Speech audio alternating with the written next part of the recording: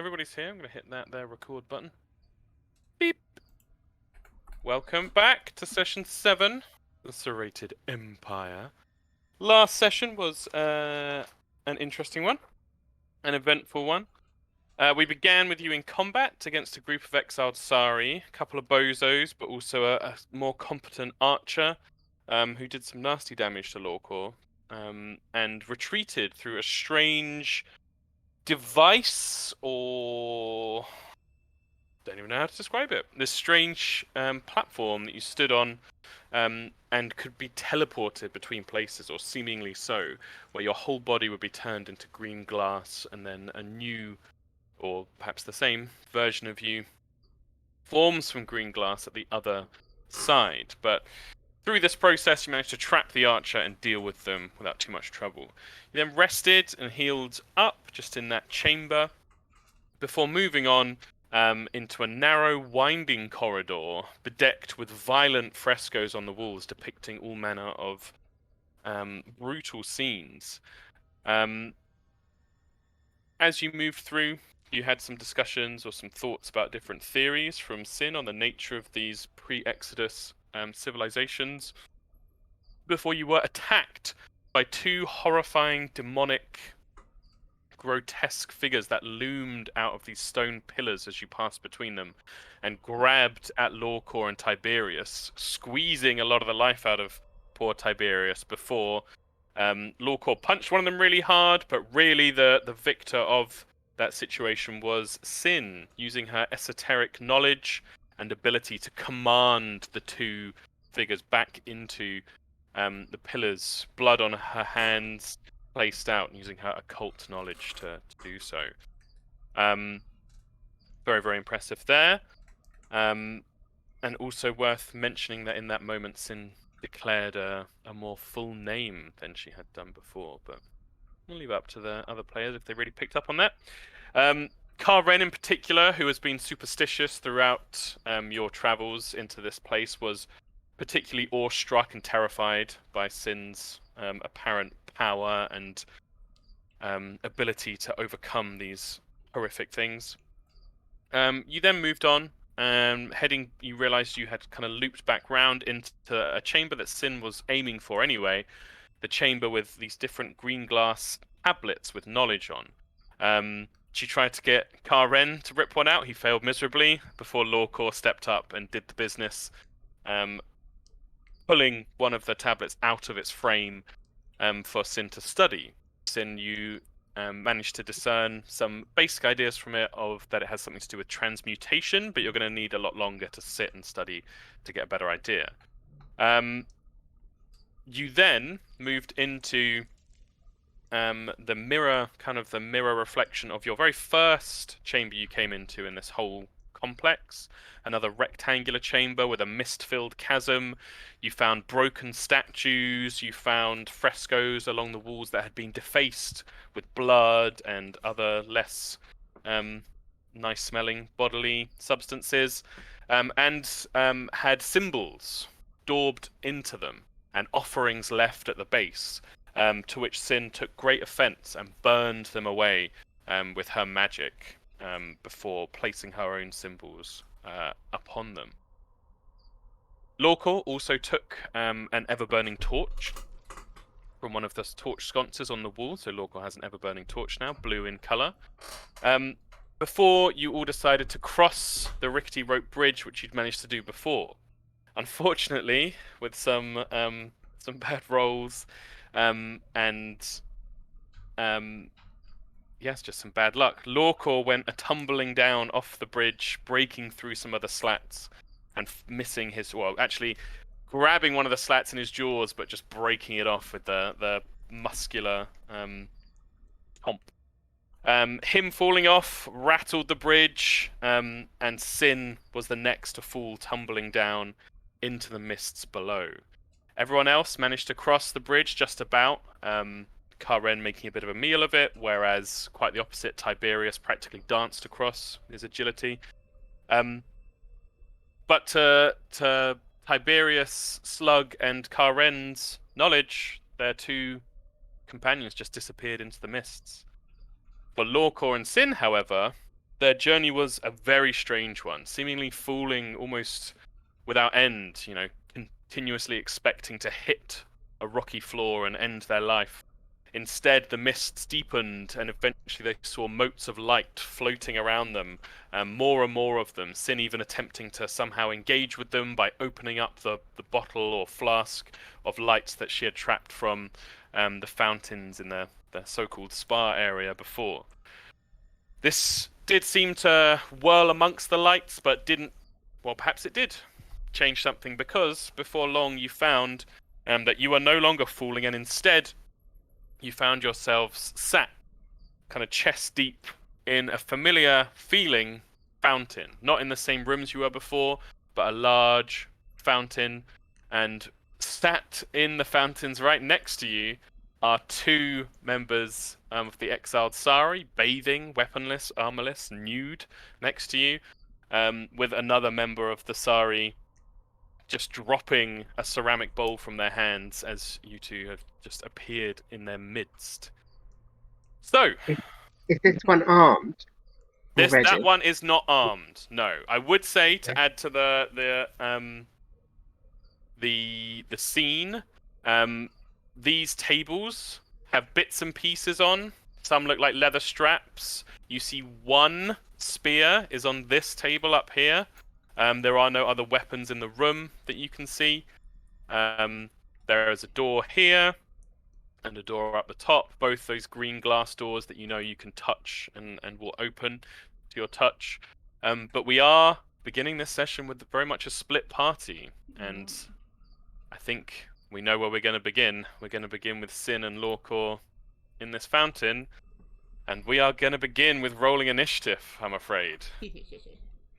As the Sari are stunned, and I will be giving them a hefty circumstance negative to their initiative roll.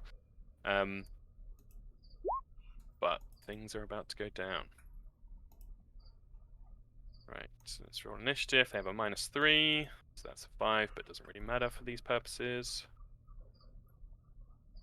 Next one. -3 to this. It does matter. Although, actually it doesn't. I lied, because in Pathfinder the monsters go first when they share initiative. And last one, a -3 to this. So that one does matter.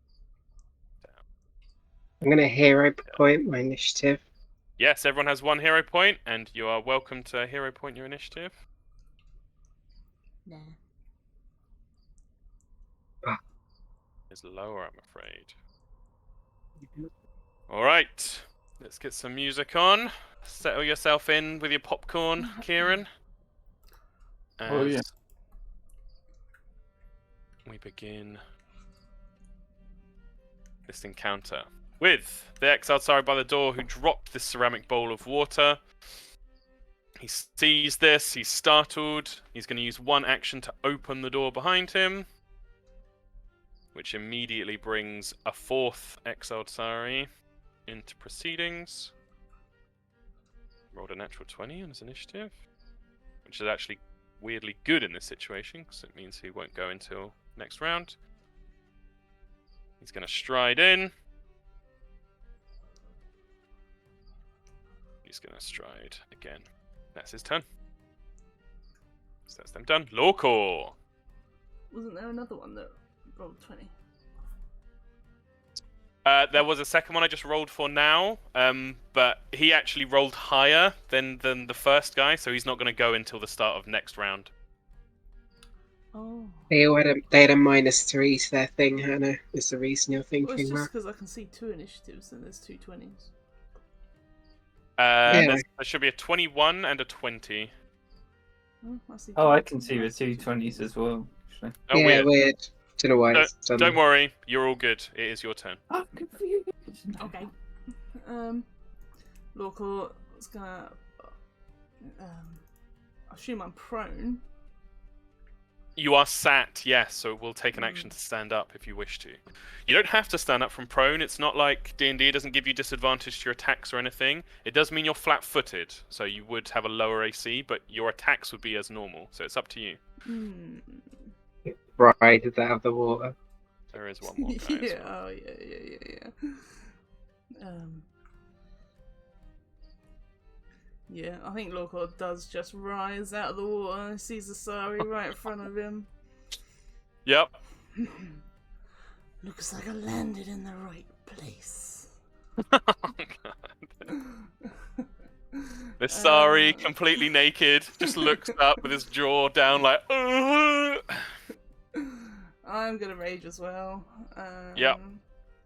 And I'm gonna You bite him. raging. And he just reaches down with his jaws. Fuck. Would you Yeah. like to hero point that? Yeah, fuck it. Let's do it first roll. Oh, hang on. Hmm? No, you do need to, I'm afraid. Sorry. Yep. Yeah. Because they are prone as That's well. better. That definitely hits for 11 damage. Yep. Yeah. And interestingly, as you chomp in, this guy's completely exposed. You just take a huge chomp out of his chest, shoulder, and neck. Blood gushes out, but you see as it hits the water, it does bleed into the water, but quickly kind of disappears in these seemingly purifying waters. Yeah, nice. But yeah, covered in blood on his chest. Cool. That is your turn. Yeah, that is my turn, yep. Alright. This one next to Sin. He's going to go for the spear. He's going to stand up. One action, and he's going to stride to here. And he's going to pick up his spear. So he is now armed.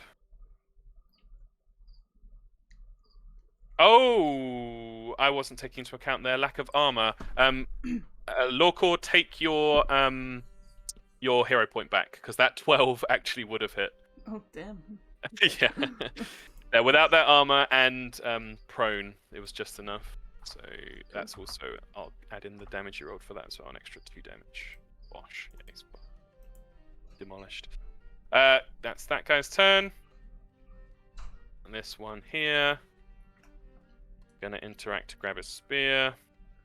Then stride over here. And then stride in to face up to you, Lorcor. But that is his whole turn. This guy is armed. Mhm. I'll put a little red dot on those who aren't currently armed. But Sin, it is your turn. I'm going to stand up, and then I'm going to cast Fear on the guy at the top who just armed himself with a spear. Very cool. That's a Nice. will save from me. Nice. Oh, we rolled very well. Natural 19 for a 23. Are you Yeah, still of frightened course. 1 on a success? That's a cool spell. Right. 1.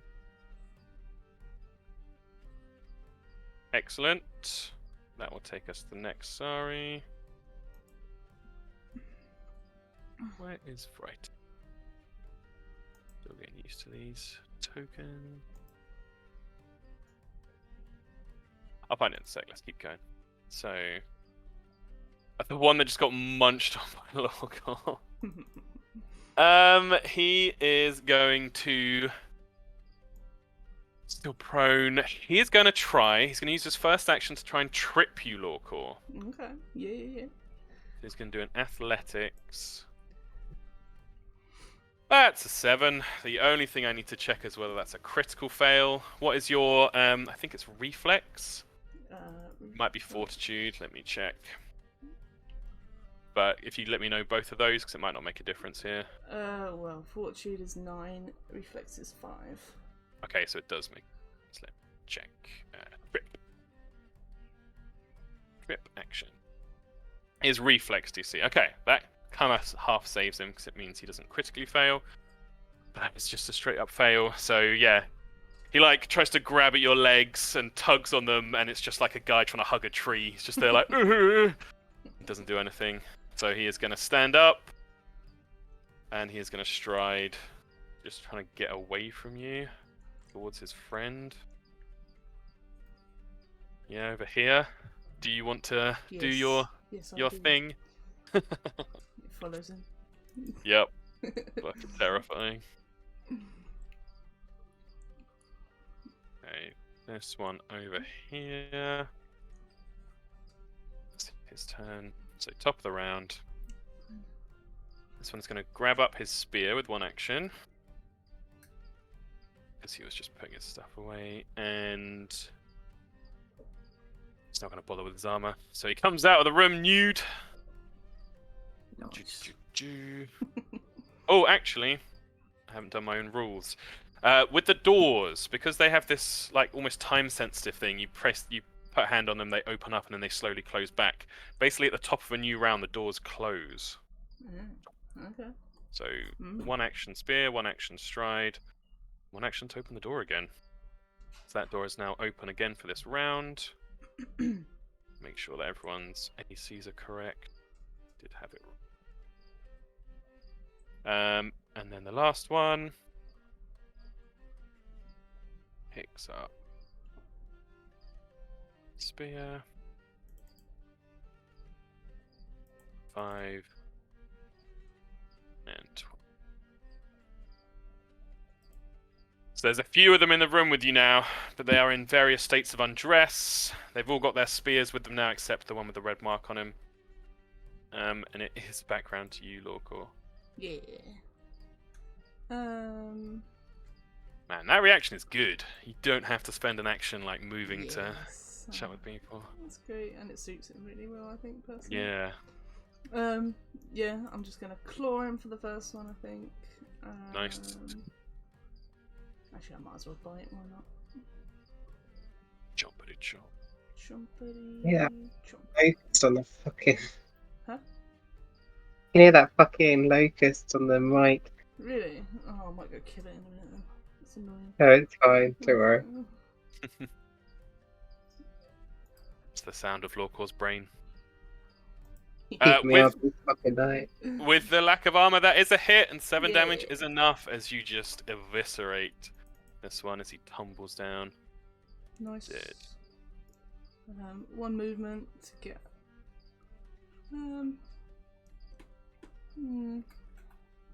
We'll get this guy with a spear up here. 1 movement there. Cool. Can I do cool stuff or not?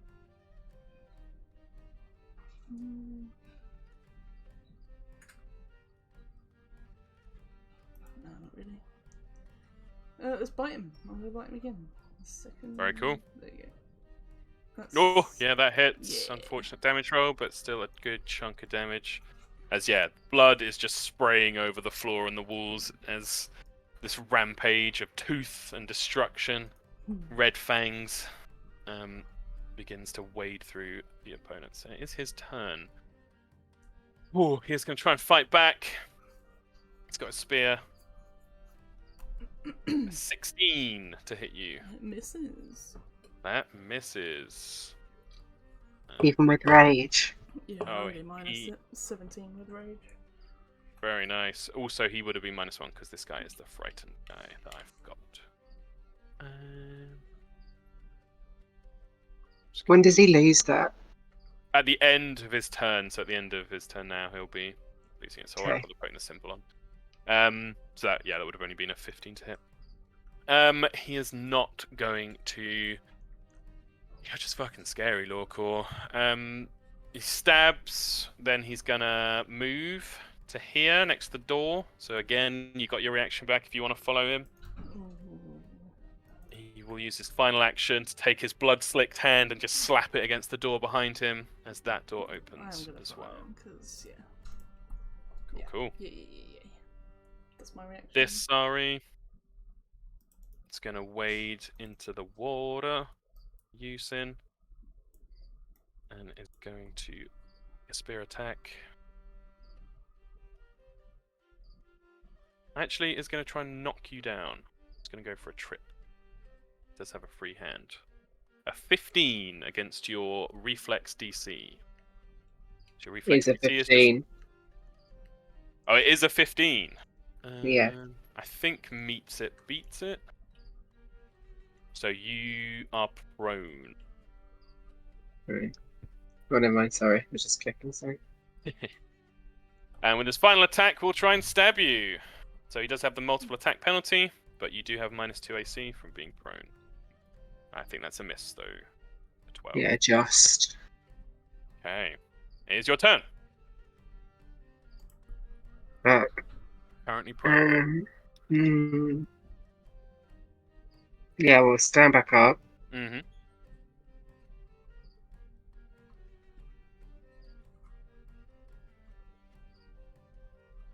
Or what I can do, I will try and demoralize him. Very cool. Roll that intimidation. Need to hit a 14. Oh. It's One. not afraid. Really bad this session. Mm. I will back up him. Cool.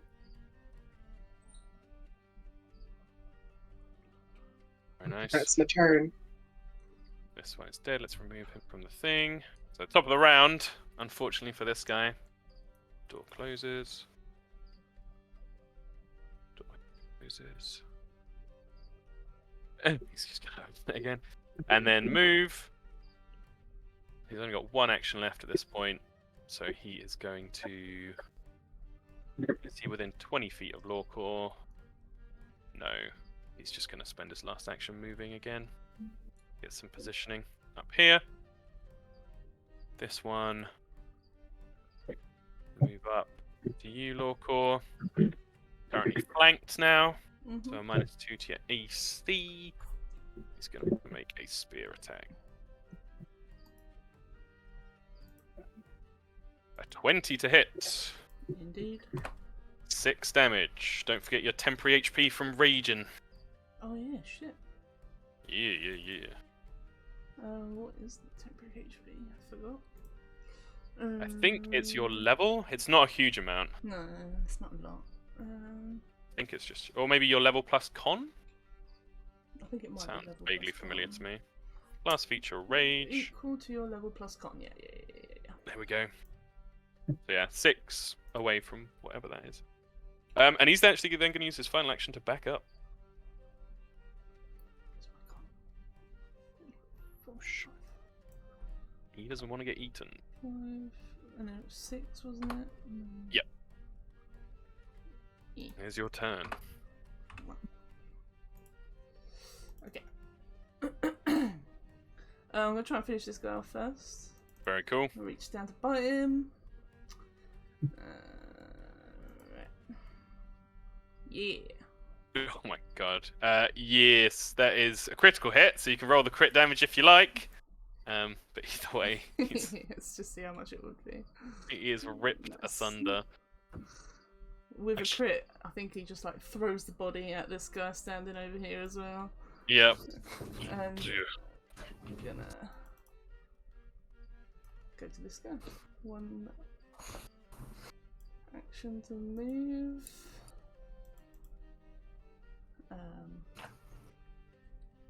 Try and bite this guy as well. No. Absolutely. A 19 hits for 11 damage. Yeah. Yeah, it is just... It's a fucking horror movie. Just splats across the walls, whoosh, people shouting and screaming as Lawcore goes about his bloody work. That guy An take out. 80s Ripper. Yeah. And then everyone's like in the sauna. This guy, God. Don't go swimming with alligators. Yeah, he's gonna move to flank. I think Lawcore's just too much of a threat to go for Sin right now. Spear attack, 20 to hit you. Indeed, Leo. And I did realise I didn't add their strength modifiers to the previous damage, so Yeah. this would be 5, and there'd be an extra 2 to the previous one, so 7. Takes 7 more damage total. 7 damage total. Okay. And then he is going to back up as well. And feel free to move if you want to use your reaction. Which guy's backing up? This one. Back to there. Oh no, I'm staying on this guy. They're acting very much like hunters. They're kind of going in for a jab and then backing off. Yeah. Sin, it is your turn.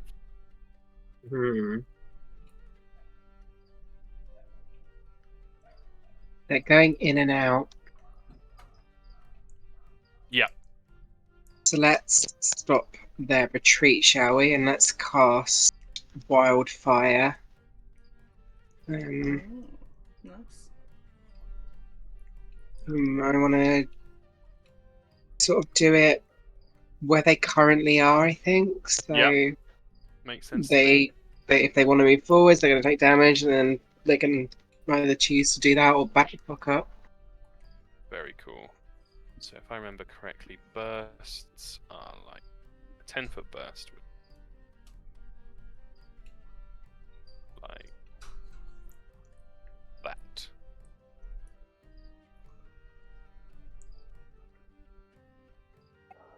Cool. Happy Can I with go that? there? Yeah, that's perfect. Actually, no. Maybe one to the left. One to the left. Like Yeah, that? like that. No. You had it. You had it before. Like Do you wanna, half like, a little- over the guy.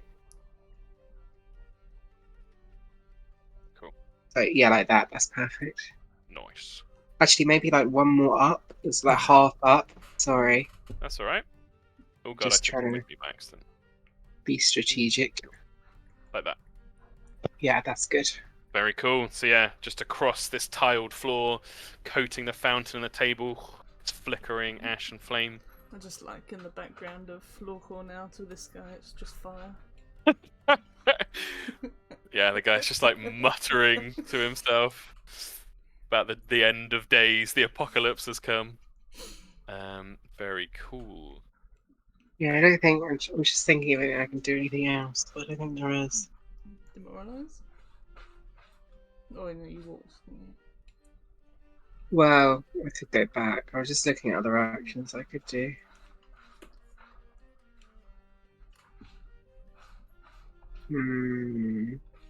Wildfire and then move? Or are we gonna... Think I'm doing that. Yeah. Yeah, keeping your back to the door. Very cool. This Sari is... Oh, Jesus. He's gonna try and... You've chased him, so he knows that you can chase. So he's gonna try and shove you. Mm-hmm.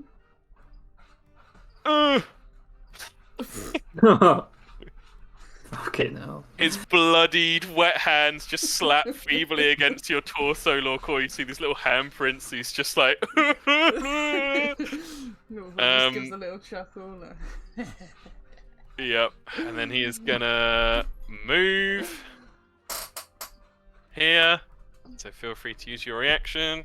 Yes. Let's use my reaction. Fuck me. Loke was terrifying. He's actually the scariest fucking character. You need, Can't get away from him. But you need to have Benny Hill music. he is going to use his third action to move as well. Yeah. Freedom! As he runs towards the door.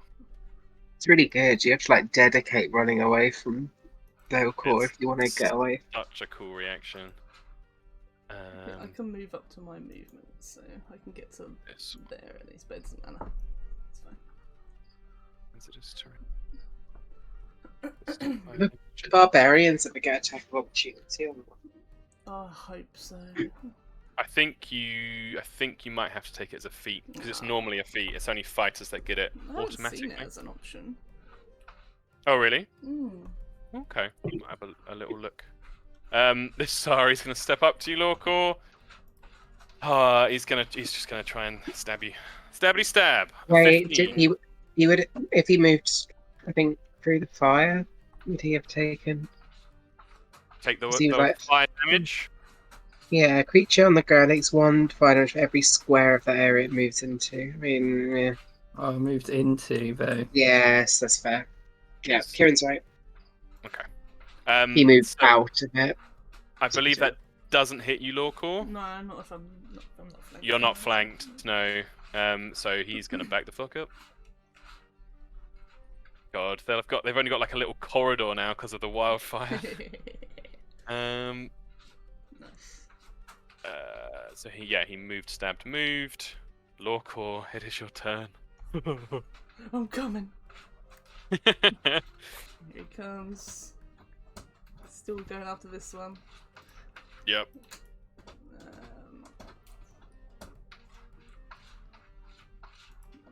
There we go. That's a crit. Is it a crit? No, it's not It's great. one off a crit, I'm afraid. Oh, I But thought it it was is- 12 for some reason. That Oh, was no, when that they was were when he prone, was- Yeah, sorry. but it is more than enough. As this guy is just fucking flesh and bone crunch through as just a horrible wail goes out from him as he bites the dust. One more action, Norco. Crunching this guy's skull in his teeth, he just lets the bits brittle down his jaw as he goes for this other guy. Oh, I love it so Oh, much. fuck. Oh, Oh, I'm gonna. your choice. I'm gonna. Yeah. I thought you already used it. I know you took I'll it go back. yeah. Yeah. For 11. Jeez. Yeah. Just raking across. Again, these guys have no armor. They're nude. They're literally someone. It's like Kieran's ultimate sin. Someone has invaded the bathhouse and is just attacking people. It's a metaphor for Kieran and the moths. Yeah, exactly. This is what Kieran sees. Luckily, the moths aren't that big. Oh man, this guy is in the wildfire, so he's gonna have to move through 2 squares of it. He's gonna come after you, Sin, because he's too fucking scared of Lawcore. So 2 fire damage to him. And he is going to try and... He's just gonna try and stab you twice, I think. Stab 1, an 18. Hit. That is 4 piercing damage. Don't know why it doesn't have their strength added. And then, with multiple attack penalty, a 16 to hit. Hit. Oh, that's a 5. So 4 and 5, 9 damage total. That is his full turn, though. Wait, 9 damage. Yeah, that's right. Yeah. Okay. Fix character sheet. But yeah, your turn.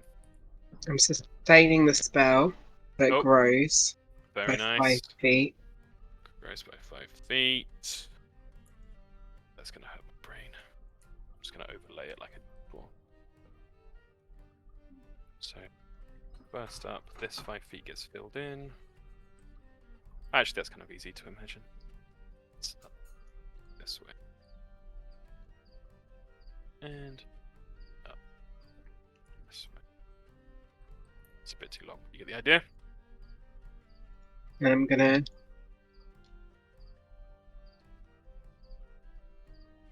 So that's just the one action. Got 2 left. striding once this way. Actually, I think I've got 30 feet moving on Sin, don't I? I do, yeah. One So more. you would take that damage, I believe. Yep. Oh, very cool. So 1, 2, 3 damage. Yep. 3 damage, and because you're ending your turn there, you have to do a reflex save. Which is lower for me Oh, very cool. because of, I think, might be lower. Might not be actually. You can breathe normally. No, that's persistent fire damage. Oh, okay. So if you fail this and get persistent fire damage, you'll find it much Yeah. easier to recover from it. Okay, cool. Yes. Reflex save against your own DC, 17. Oh. That's a failure. You're taking 1 persistent fire damage. So take 1 damage now, I think. Yeah, Yeah, the flames do it in a lick up sec, one around you as this Sari just watches you confidently stride into the ash and the fire, walking across the coals. There's a few guys. This guy. Oh, No, I got there's- one more action. Oh, sorry, please. I just need to look at the combat actions.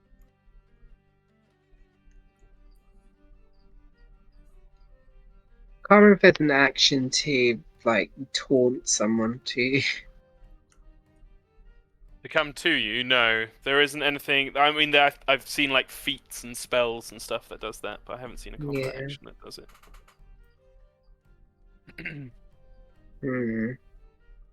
I mean, you're presenting this guy with like.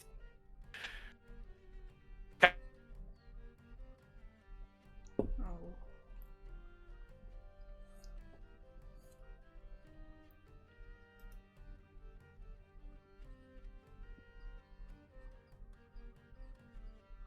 Internet, have you died?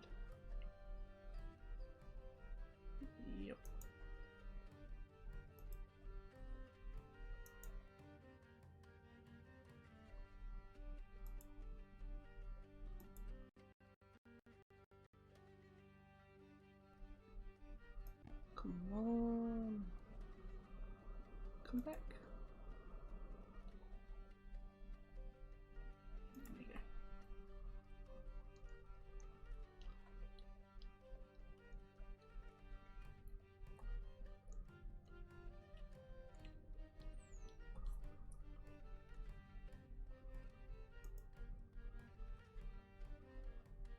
Just gonna use that. Very cool. And it now comes to his turn. Jesus Christ. Hang on, sorry. What did you do? The internet died. I missed what you did. Sin. Oh, really?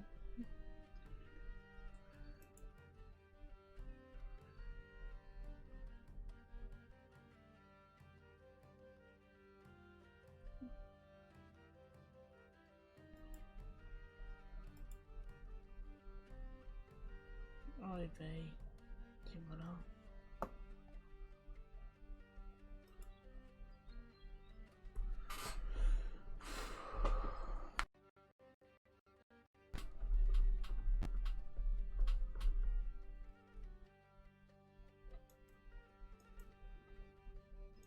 But I'll keep a mental note of where.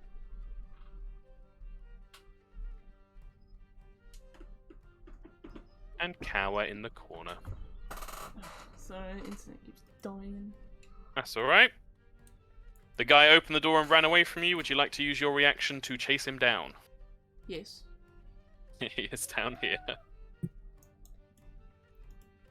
And then he'll use his final action to cower in the corner.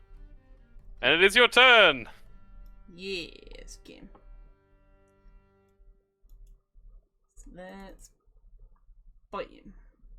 Bitey bite. A 15 hits for, yeah, easily enough damage. So you chase him down as he's running away and bite in, feeling your teeth sink into the flesh around his spine and just cracking through as he just goes face first, slamming into what looks like almost like a wardrobe there. And Nice. tumbles to the ground. Let's go back. Yep. I think that's. Have I got one? You've got 2 actions left. Oh yeah. Oh no, you're right, because he moved and moved, yeah. So you're right, you've got 1 action left. One. There you go. This one next to the door. Lorcor's gone. His friends are all dead.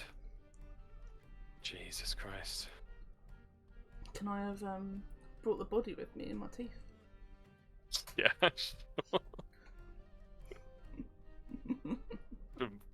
Blooming into the doorway. Blood slick on the floor. He's going to move here. He's going to spend an action to open the door. He's going to move through. That is his complete turn, though. Sin, your turn. Well, they're moving away. Yeah, they're definitely running.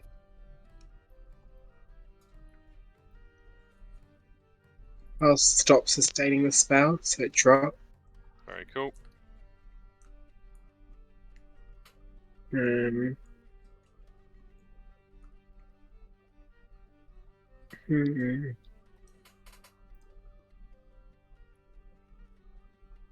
much else I really want to do? Totally fair. You can spend actions to get rid of the persistent fire damage thing. Yeah, nice. Well, hold on, let me move up first. Here. How far did I move? It's here, right? Yeah. Let's move to here. You can see the Sari back to you running away.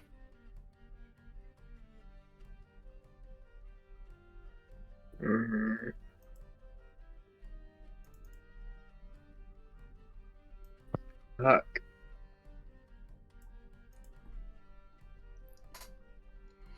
Nah, fucking just leave him. Just move back to here. And then I'll use an action to get rid of this thingy. Very cool. So you basically just get to do another check. So it's flat roll, DC 10. Nope. And then you get another one at the end of your turn. Happens automatically. DC yeah, 10, so right? Yep, so that's now gone.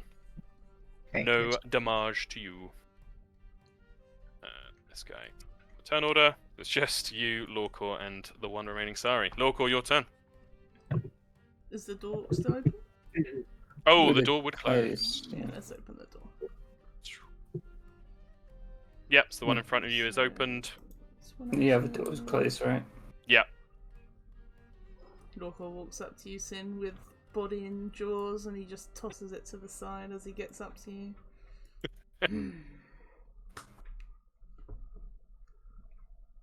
Yeah, she just looks at it. Where's the other one? You want that way. He's not Wait, gonna, he's so not is it- running, but he's gonna walk past you, Sin. You get up to the door. Well, I can't quite. Can I get up? Yeah, I can. 3 strides to get up to the door. Well, You you did have spent to one open the action to door with open the action. other door. Oh yeah, shit. Yeah. Yeah, one back. The other Sari. Stride. Here. One action to open this door. He's gonna stride in. You hear the sound of retreating footsteps and cooling out. Sin, it is your turn.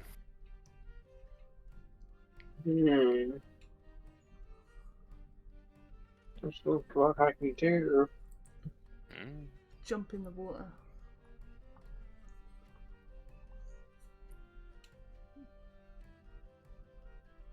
I'll detect magic. You detect a familiar sense of magic.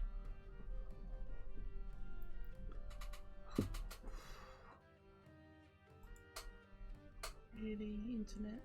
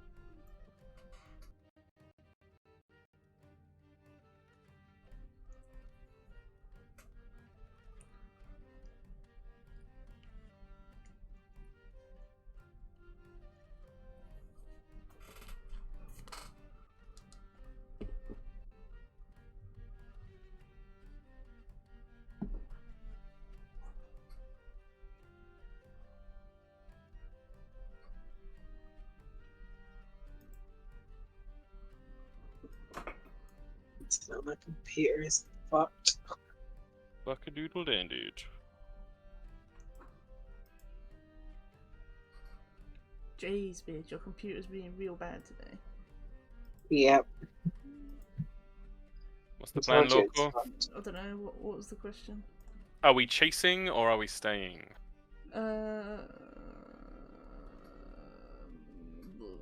I'm chasing because I'm raging, which means I can't not chase.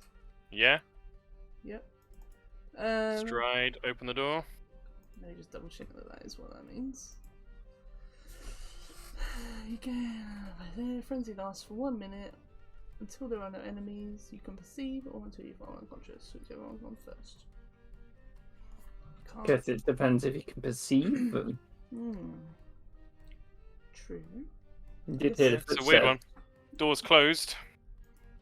Guess I'll open the door, see if he's there. So that will take 2 actions, because you have to stride up to it and then open it. You can't see him. Stand here and look around. Dynamic lighting's not working for me, but can't see anything from here.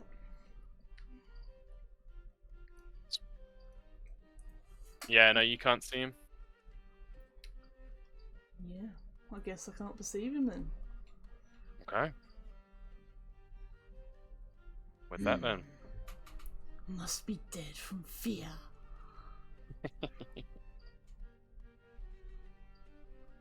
That then, the battle, for now at least, is over.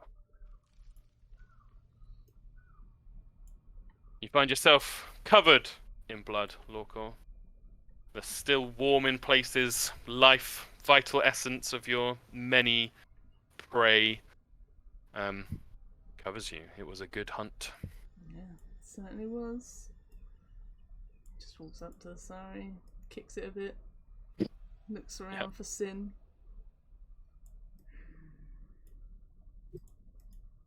Then gonna start searching this room.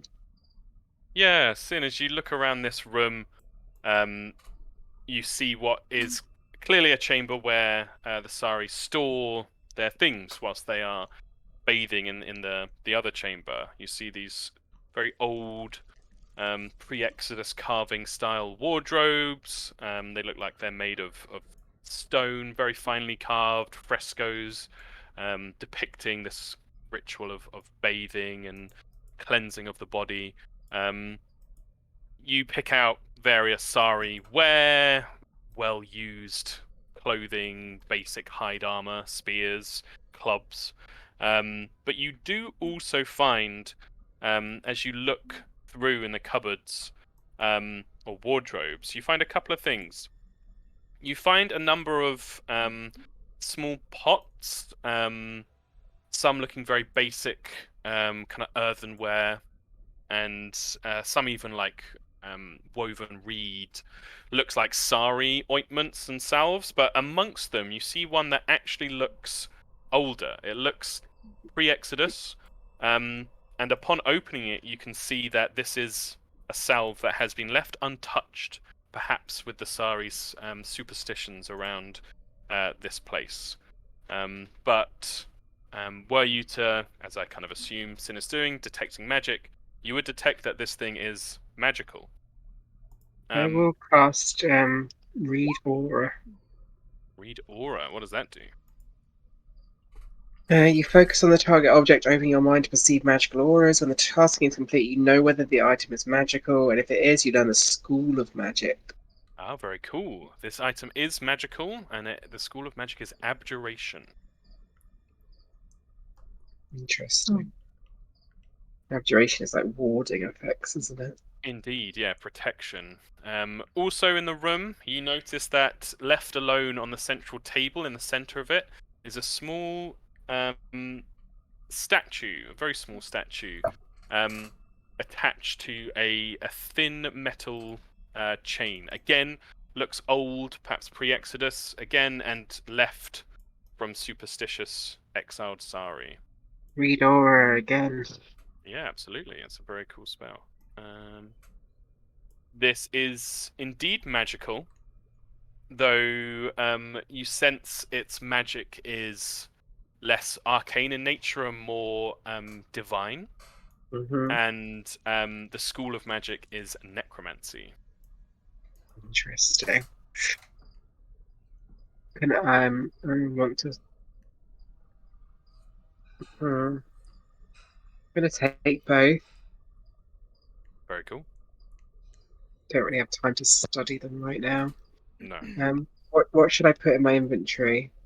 You can just put salve, salve, and the small pendant looks like an angelic figure, has the wings coming out from its back, though it does also have 6 arms. So if you just want to put angel statue or angel pendant.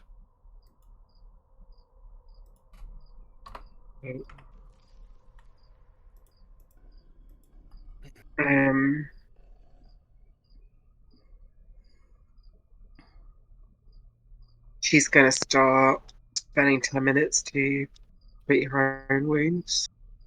Okay, very cool. And Lorcor, anything for you in the meantime?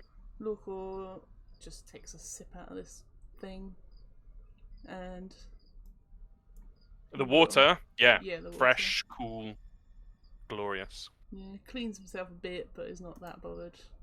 Mm-hmm. And he comes to be in the same room as Sin for a minute, and he just looks at it and he's like, "I am impressed. You survived the fall despite being puny." He just looks up at him and glares at him. Doesn't say anything. Yeah. He's got nothing more to say than that. Very cool. Just You about share walks away. You share a tense moment in the room, but with Sin taking 10 minutes to treat wounds, we will actually switch over to our intrepid fellows. Stood next to the misty chasm. I drag the Eye of Seeing out again so that everyone can see. Stood next to the misty chasm, the three figures of Tiberius Quivershank, Slug, and Karen share another tense kind of silence as they gaze out at the mists where their companions had so recently fallen from the rickety bridge. What do you do? What do you say? Tiberius would just walk up to the edge. Yep. And he's like, Loco! The mists play around the edge of your boots on the edge. The mist wafts slightly over the edge, but swiftly dissipates above the stone. Do you see Karen leaning slightly out and gazing down, and Slug next to you with a nonchalant look on his face? Are you okay down there? If you're okay down there, don't reply. And he just leans over, turns around to both of them. He's like, I can't hear anything. Yeah. Karen just gives you a sad look, a look of empathy. Kind of clutches his spear to himself. And Slug, I think, would just say something pithy like, "Probably gone then." We'll just stare at him. He's an idiot.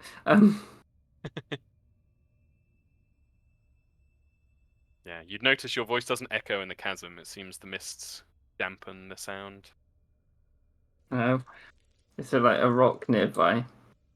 There's plenty of things that you could toss down, yeah, if that's your aim. He's going to be like, look out below, and throw the rock. You throw the rock, see the mist swirl around it as it falls. You listen out, cocking your ear out over the edge. Nothing comes back to you. A solid Well, 30 seconds passes. just looking over the side. Maybe this is better. At least we don't have to worry about Lorcor eating us. And he'll do like a snapping motion with his mouth to Karen and laugh. Karen would give you a scared looking nod. And Point that down at the mists and say a few words in Sari. He sounds sort of stern in his words. Mm. And I guess we don't have to worry about that old woman anymore. Yeah. You see Karen just like move the mist slightly with his spear, but even that, it looks like someone touching something radioactive. He looks scared of the mists, and he quickly kind of backs away. Tiberius just called down the hole. It's like, oh, if we're dead, we didn't abandon you. You fell in. You weren't good enough on the bridge, and well, that's your own fault. And well, I'm sorry, but me and Slug and Karen have to go on. So I'll pour one out for you when we get back home. All right, see you later. Looks at Slug. Yeah, Slug just Just waves nods his his little head. stick, just like, yeah, see ya.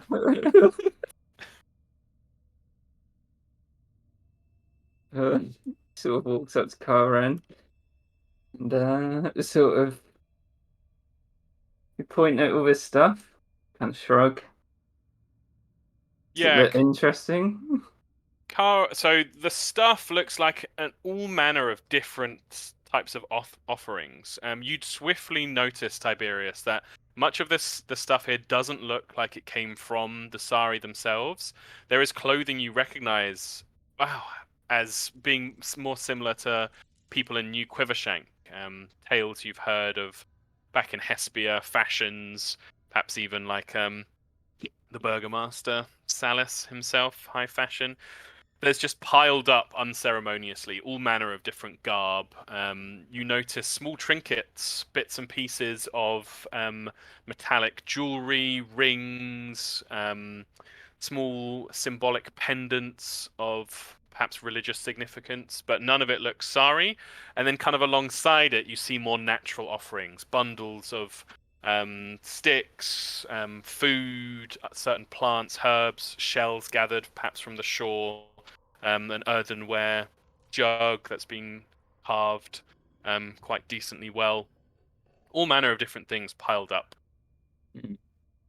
You would you'd get one of her little fruits that look all right to eat. Yeah. You'd get one for Slug and Karen as well.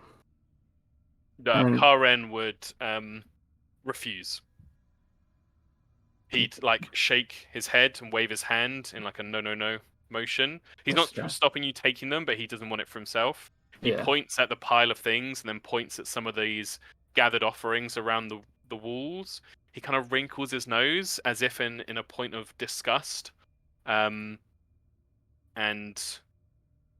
he does like something that is clearly like a little ritual of like warding or superstition. He like taps his spear on the ground 3 times and then places his hand palm flat on his chest, and says a few words in like a rhythmic way. Clearly like warding himself. He's not a fan of what's going on here. He sort of nods like, and he looks at the clothes. It's like, Slug, we're obviously not going to get these clothes out of here, but we can't be letting the Sari have them. Will you help me throw them all into the hole? Slug's munching on his fruit with one hand. It's just like, yeah, all right. Yeah. Starts throwing things down.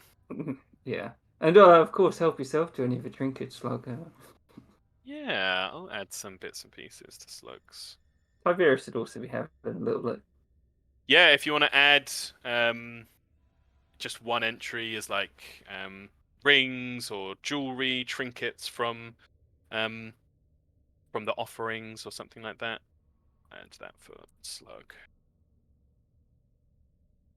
There's plenty enough for both of you. Yeah.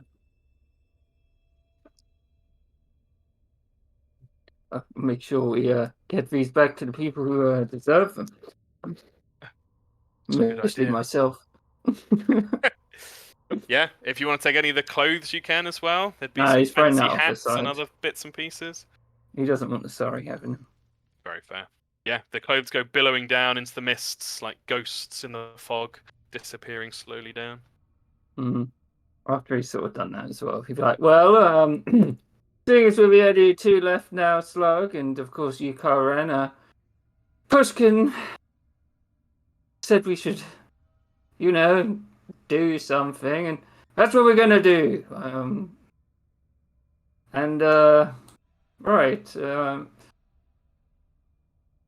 Let's go slowly. Put his to his mouth and do a little shush motion.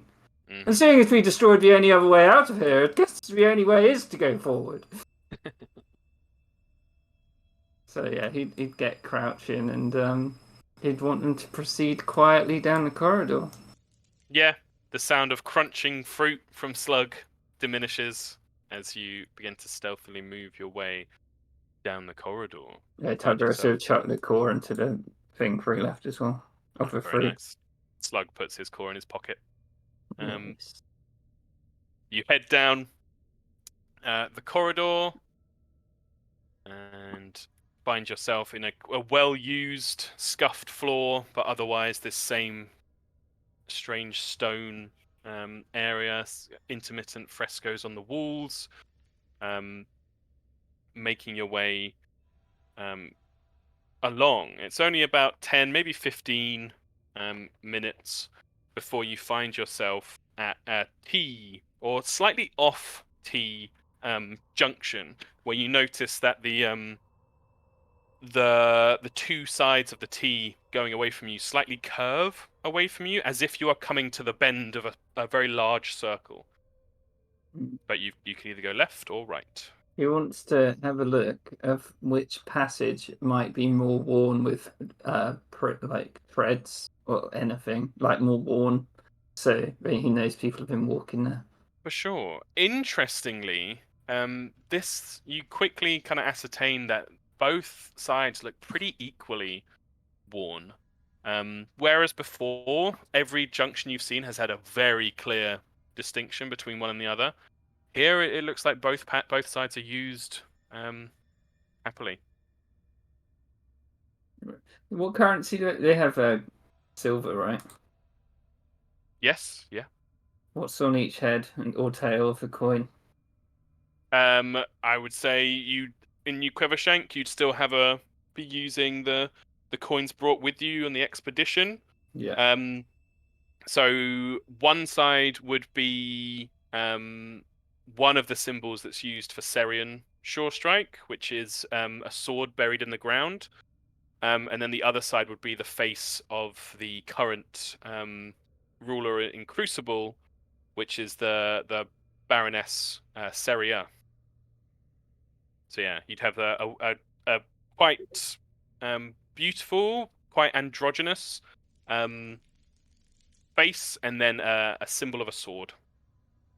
Yeah, get it out. I'd be like, heads or swords, Willie? I mean, Slug? Swords are way cooler. Yeah, he's gonna toss it. And I'll say 1, 2. It's heads. And 3, 4 is swords. I guess it's heads. Mm, Tough luck, Slug. rubbish. Let's go that way. To the right. Okay, you take your right, head round this very slightly curving passageway. You notice now that the frescoes. Don't know how interested Tiberius is in the stuff on the walls, but it's something to look at as you move along in this empty space. The frescoes depict kind of alternating images of people harvesting crops and people gathering water. But the way they gather water is in many different ways. You see people at the base of a waterfall. You see people standing beneath the rain. You see people strangely kind of trapping clouds. You see clouds in the sky and then them being wrapped within this kind of strange circular form. But as you make your way around, it's only another couple of minutes before the area in front of you opens up into a large circular chamber. The air in here is very, very damp and wet. The surface of the walls and even slightly into the tunnel you've just come from is slick with moisture, and you find yourself skidding slightly as you're moving along. Where they came in, was it similar because it was closer to a jungle or not? No, not really, because you'd come down through underground. Yeah. You do remember some moisture on the walls, and that being the case around the chambers with the mists. And as your light source kind of spills out into this area a little bit, you notice that there is a thick mist that thickens heavily as it gets towards the center of this circular chamber. And they skirt around it. Yeah, absolutely. You skirt around the edge of it, taking it to your left, and swiftly find, using your light source, and you're listening out the whole time with your fine whisper elf hearing. You can't hear any commotion or anything at all, and you quickly discern that there is a passage leading out of the circular chamber roughly opposite to where you came from, but also a chamber, if you like. In fact, seeing as we're still on this map right now, let me quickly draw it for you so you can make an informed decision. You got your circular chamber, and you've come in through here, and there's a passageway going out here. I just realized I've done that outside the thing. And then there's also one going out that way. I think you just choose to go to one opposite and feels like they're getting somewhere that way. Like the one over here? Yeah. Yeah, so you continue skirting around the walls, head down. The passageway feels very similar to the one you came into the circular chamber through. That slickness slowly dies out and dries, as eventually you bring yourself round to, in fact, for the sake of clarity, let me just keep drawing. So you came in from up here, head down, head in this way. Now you've head down here. Lift this up for you.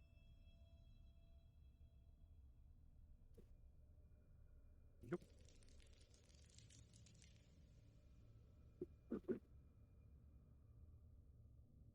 And you eventually get to a point where there is a path heading off like that. So you come to a sort of, it's not a T because the passageway just goes straight on ahead of you, or with this slight curve, or you can take what would be to your right a 90-degree passage. No, it's going to keep going down. Okay. You head down and around at this point. Probably 25 minutes has passed total since you left the offerings chamber.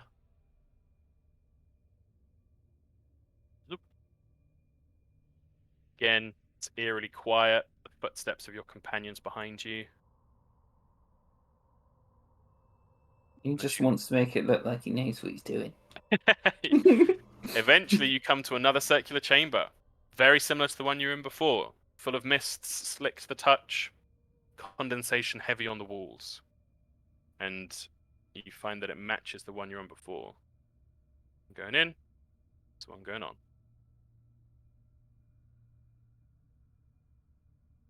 Gonna go that way. Yeah? Yeah. Again, you find as much of this place has this kind of repeating pattern, this geometric nature to everything. There is a passage down the right, and which way do you go? Straight Gonna on or keep down? on going on. Round the circle? Yeah. Yeah. At this He point, didn't see that there was one up there, but maybe he's not thinking that hard about it. He's just going, you know, feels like he's getting somewhere. yeah, he's marching with purpose. Yeah. Yeah, you find the same thing again. Which way going in? Which way going on? Which one? You continue your way around and find which way going up the side. Obviously, this has become very not symmetrical, but you get the idea. Mhm. And before long, you realize if Tiberius follows it all the way around, which it sounds like he is doing, you end up back where you started, where you flipped your coin before. If Probably taking you about 45 minutes. he'd look at both of them and be like, seems like we've scouted this place out rather well. Well done, everyone. Ren would point at the passageways and like say a few words in a kind of grumpy voice. I know, Karen. I didn't see you taking control, though. You see him kind of glance around nervously. He looks scared of this place. You think that's where his anger comes from? Yeah, totally. Oh, I'm sorry. You know, seeing two people die falling off a bridge scatters your brain a bit. And I didn't start off with a full basket. Well,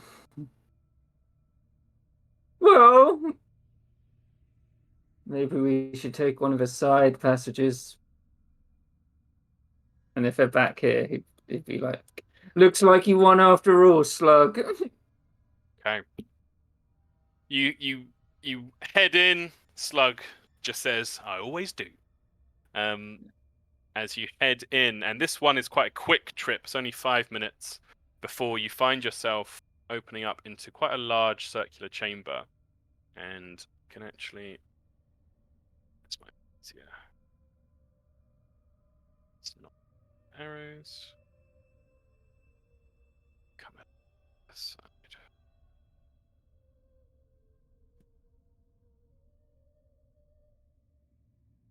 And for the sake of the others that I have seeing.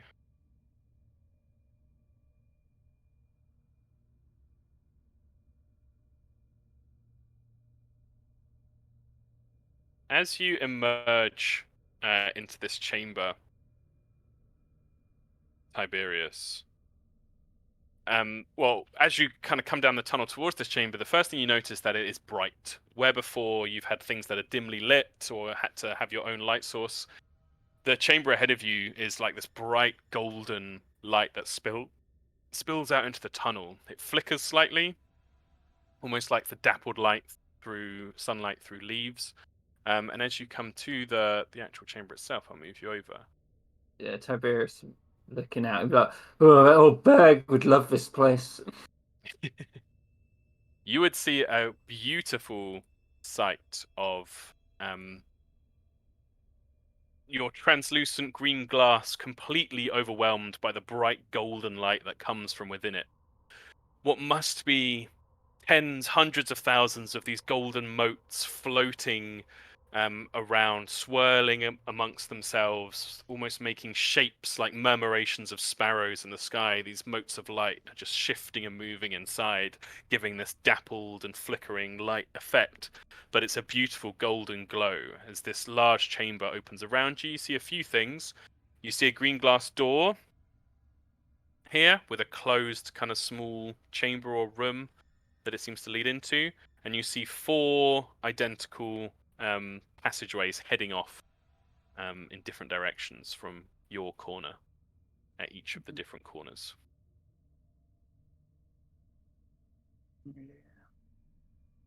Gonna go tap on this glass. Yeah, the glass, as you tap on it, opens, and many of the golden lights, almost through like diffusion, just begin to spread out into the open space around you. They swirl around you like little sprites, almost. You feel a warmth from their presence, very similar to how you were in the spa before. Would he have a bottle in his adventurer's pack? Yeah, Or... like a flask, a water flask. Yeah, he's gonna try and capture some. Oh yeah, these guys are so dense that you can easily just lazily bring your hand through the air and scoop up a whole load of them. In the bottle? Yeah. Yeah. And cork it as well. Very cool. Yeah, you can see them floating lazily around inside. They seem to lose some of their energy and momentum inside. Like they begin to swirl lazily rather than energetically. But yeah, they're there. Pushkin's gonna love this. You can see even superstitious Karen is kind of gazing at this beautiful sight with a real look of awe and appreciation. Looks at Slug. Looks back at the lights. Think we could sell it?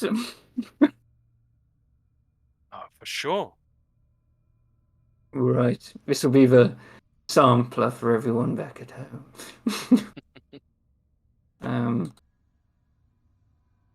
Just gonna go look at this door up here. Yeah, you can see much in the way you've seen it before. In a frame, this green glass just sits.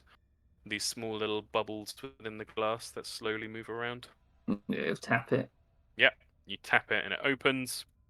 And inside, though not represented on the battle map, inside you can see a finely carved spiral staircase heading both up and down. The staircase is quite small. You think you'd have to go up one at a time. But it looks well used. Plenty of scuffs on the surface here.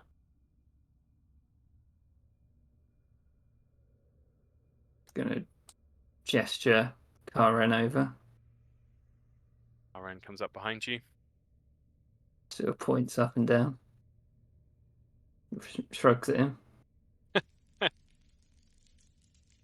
Karen mimes flipping a coin like you did before. You're on! He's gonna pull it out. Nice. Heads we go up, swords we go down. And then 1, 2 is up. 3, 4's down. Oh, I was hoping it wasn't that one. Right. Okay. Fine! Let's go. You begin to head below. Right. Before we do that, we are going to jump back to our 2 unlikely companions in this chamber. The 10 minutes pass in. If you wish to roll your medicine check for me, please. That is a pass. 2d8 healing to you.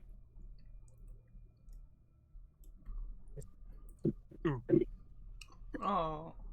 And the second. Oh my days! Oh my god. Fun. 2 Oh, no, healing. no, no. Well, but this might soothe your concerns because I will say, as during the 10 minutes, Lorcor, since they're kind of busying, kind of heal herself and address her wounds, you notice, Lorcor, in your kind of boredom as you're sitting around, that from each of these corner fountains has started to come this sort of very lazy flow of golden motes of light. And they emerge from the top of the fountain, almost as if they're riding the waters. But as they reach the base of the fountain, they lazily still kind of float across the central fountain. As you notice across these minutes of time, the central fountain almost like begins to fill up with these motes of light that reminds you of the spa area that you were in before, the so-called spa. Go try and catch the light. Yeah. You don't find it difficult to kind of wave your hand in and catch some of these lights. They sit in your hand. If you keep your hand grasped, if you open it up, they kind of float off. They feel warm to the touch, without having any like substance or mass there at all. Look who gets in the water. He's comfy in the water. Yeah. As you get in the water, Lorcor, and kind of relax, you notice your wounds begin to re-knit. Well, in fact, they do not re-knit. It's much the same as it happened before, where it's almost like time skips and it's like the wounds never happened. But you can return yourself to full health. Nice. Then I'll do the same. Yeah, so you see this happening and make the wise decision to do the same, and after only maybe a minute's time, you are completely restored. As the motes land upon skin and this time seems to skip, or reality seems to shift as the wounds disappear. Yeah, once Lorcor's better and he sees Sin has done whatever she's doing, he just gets out. I'm sure there's more.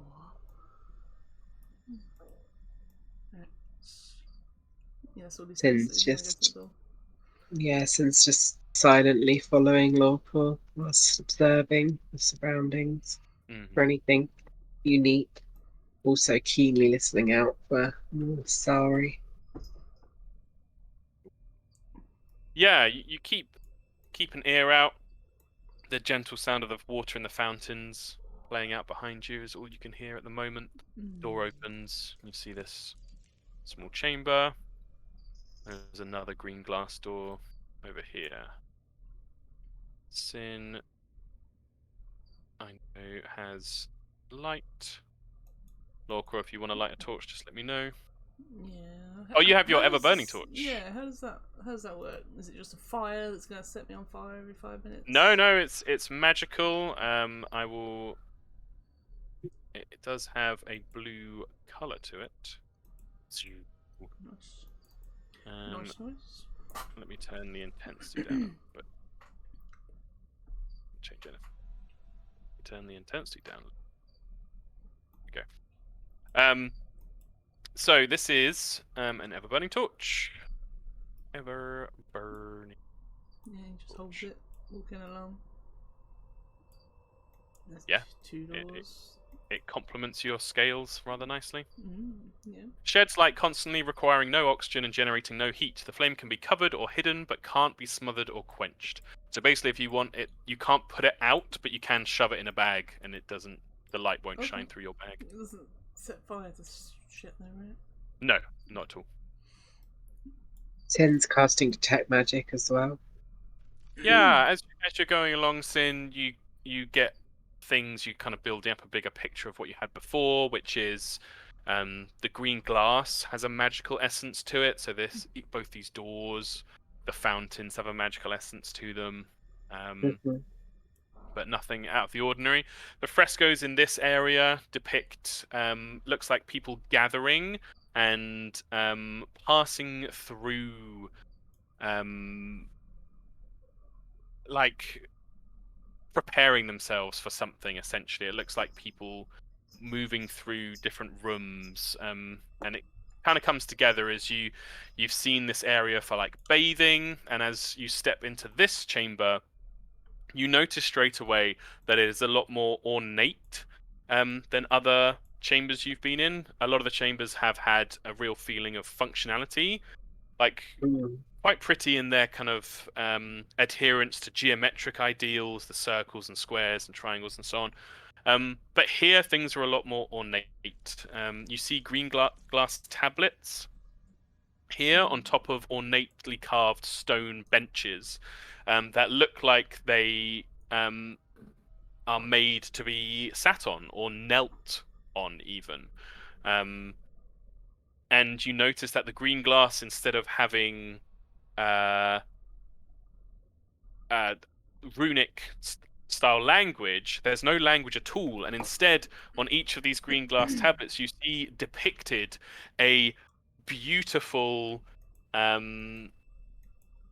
cool arm splayed 6 arms, and you would particularly notice that the 6 arms match the arms types you've seen before. So the top set being humanoid, the second set being kind of bestial, and the bottom set being mechanical almost. This figure has wings on their back, which is different to the 6-armed figures you've seen before, and looks down upon the sitting or kneeling benches with a mixture of beneficence and haughtiness. Very much a figure, an expression of authority and a strong hint of like arrogance, really, like I am better than you, kind of looking down your nose. But really projects power. The figure, whether purposely or not, seems very much not depicting any particular masculine or feminine traits. Is just this thing that's beyond that almost. Yeah, very powerful depiction in the green glass. They cast Read Aura on it. Yeah, and just like the other elements of green glass that you've seen before, there is this kind of weak essence of transmutation. You think, much like the other green glass, it has probably the ability to move or shift its shape. The green glass itself doesn't give any other magical essence than the normal green glass you've seen. It just seems like it has this very different carving upon it. The frescoes around the walls are very clear. They depict great crowds of people on their knees in deference to these 6-armed beings.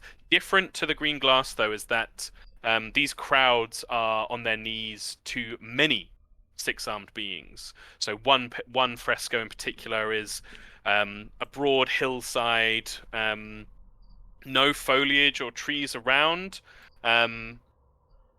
crowds gathered, and you count 12 different 6-armed figures standing in no particular order or hierarchy on top of the hill, arms raised, while everyone beneath them, both spatially and perhaps symbolically, is bowing their heads and on their knees towards these beings. It seems like worship.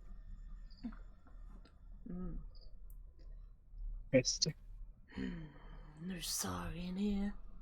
It's boring glass. He's gonna leave the room. Yeah, completely fair. Nothing in here for Lorco.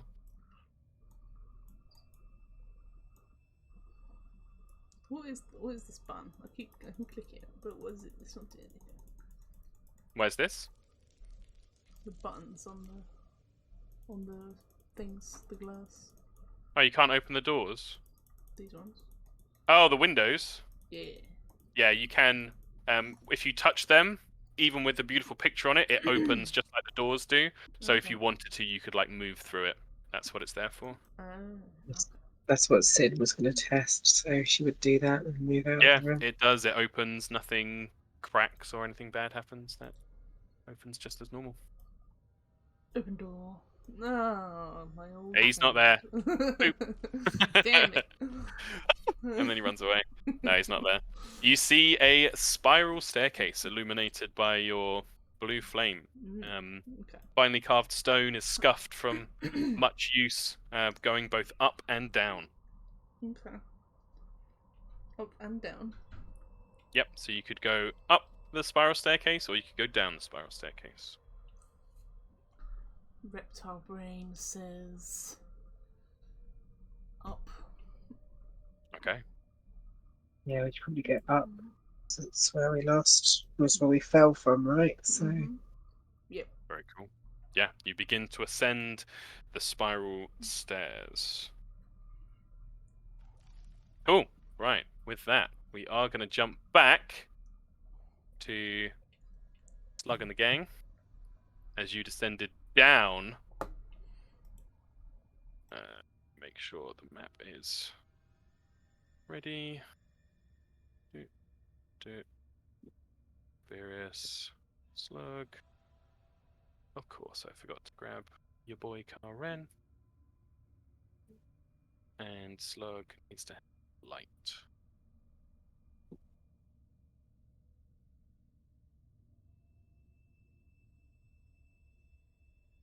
Ooh. Right then. Tiberius. Oh, and the all-seeing eye.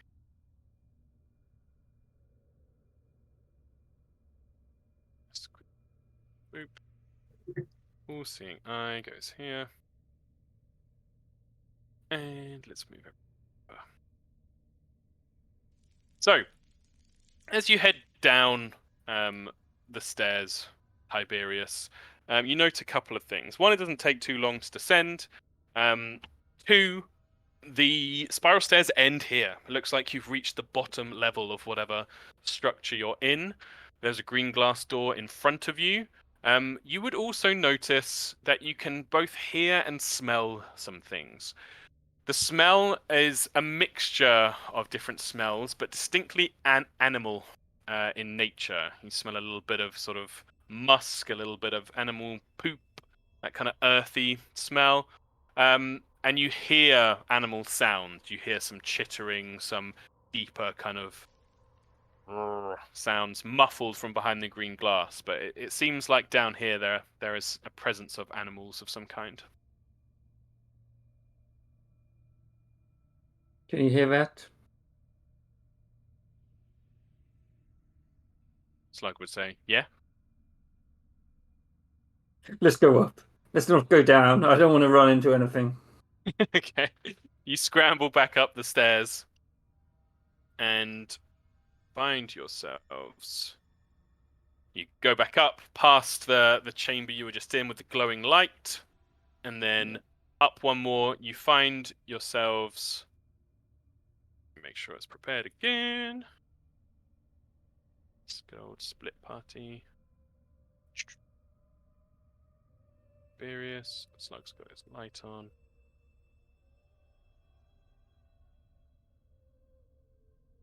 Well, before I open this up to you, I'll ask you, because the spiral staircase keeps going up. But you have found a door one level above where you originally came in. Mm-hmm. Would you open it? You would hear sounds here again, and this one sounds like voices. You hear a very deep voice and a couple of other masculine voices, muffled by the glass as you're kind of sneaking up these stairs. No, we're going up. We're going to the top. Tiberius wants out.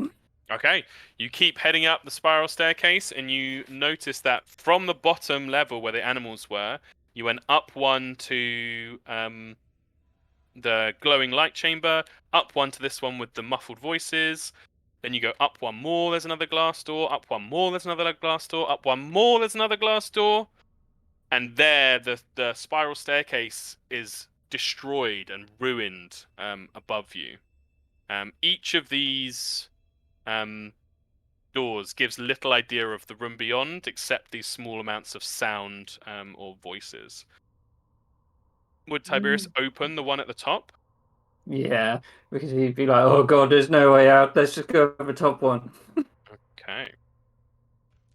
So, the other thing you would notice at the top of the stairs, before I'll give you the chance to respond to this, before you open the green glass door, is that you notice the frescoes on the walls depict some quite dramatic scenes of a six-armed figure sat almost like on top of a mountain and ruling over a domain.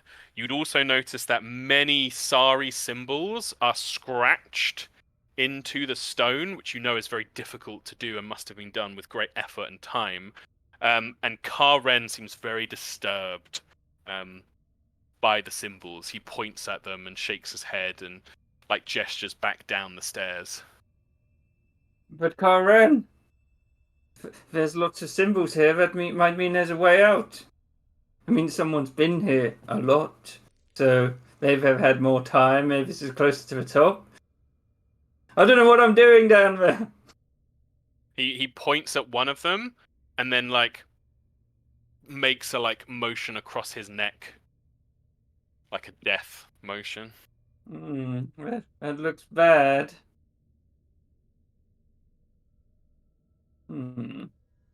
Let's go down one more. See, you've convinced me, Karen. Okay, so you go down one more. Here as you descend. Actually, this is where it's going to get interesting. So, timings are a bit funny with this, but we're actually going to jump back to the intrepid Lawcore and Spin. As you went up the spiral staircase, you would have witnessed what I just described for Tiberius. So there is one green glass door above you, but the spiral staircase continues.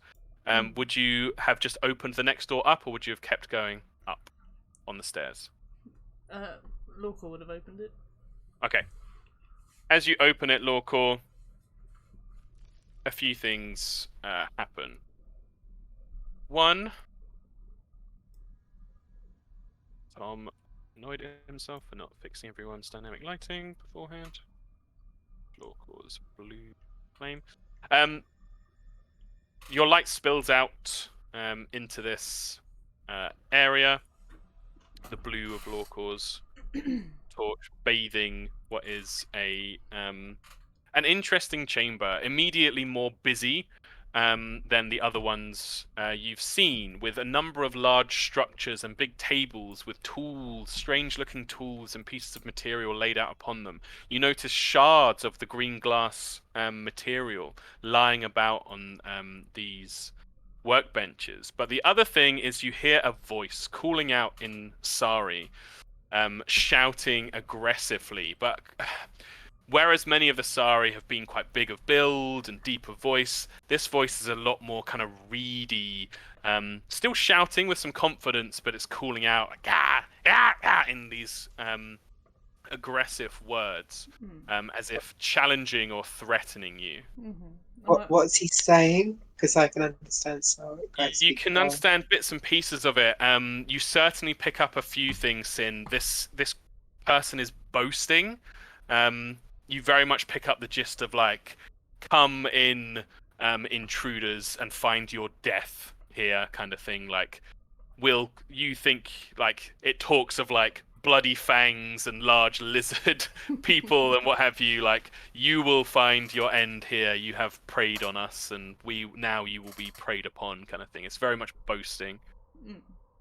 Am I meant to be able to see stuff right now? No, I'm gauging what you guys are going to do. Okay, yeah. Can I sense motive? Or like Yeah. insight check or whatever. What is your 7? 7?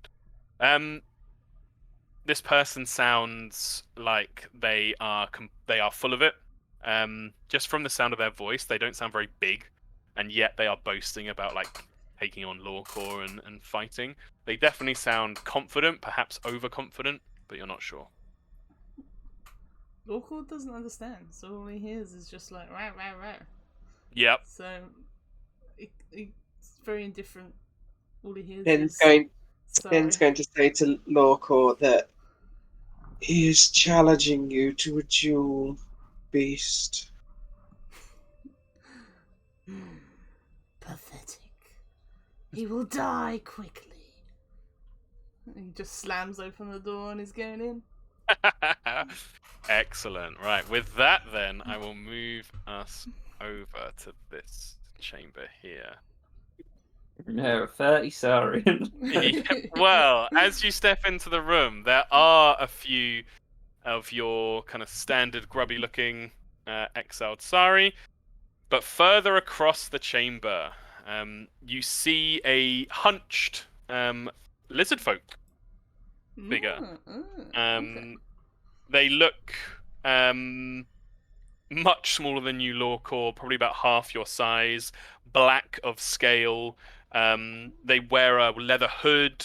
They seem to be wearing leather armor. And despite their hunched kind of posture, they still are standing and kind of projecting their voice quite strongly across towards you. They continue their tirade, and Sin, you pick up as Lorcor's stepping into the room.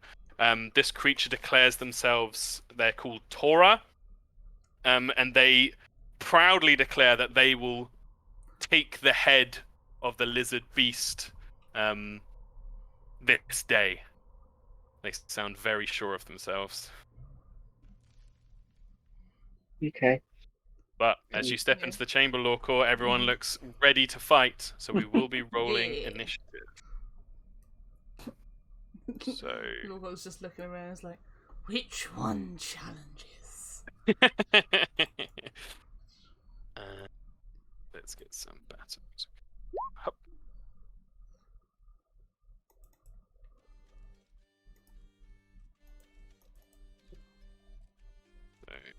So, This sorry. campaign should just be local versus everyone. Local versus the world. Totally fair if I can't do this, but I did mean to do it earlier. I wanted to spend 10 minutes free focusing. But No, that actually makes things line up nicer for me, so sounds good. Okay. Oh, I did carve Ren. Oh, it's fine. Doesn't matter. Here I am treating all sorry the same. That's my lesson.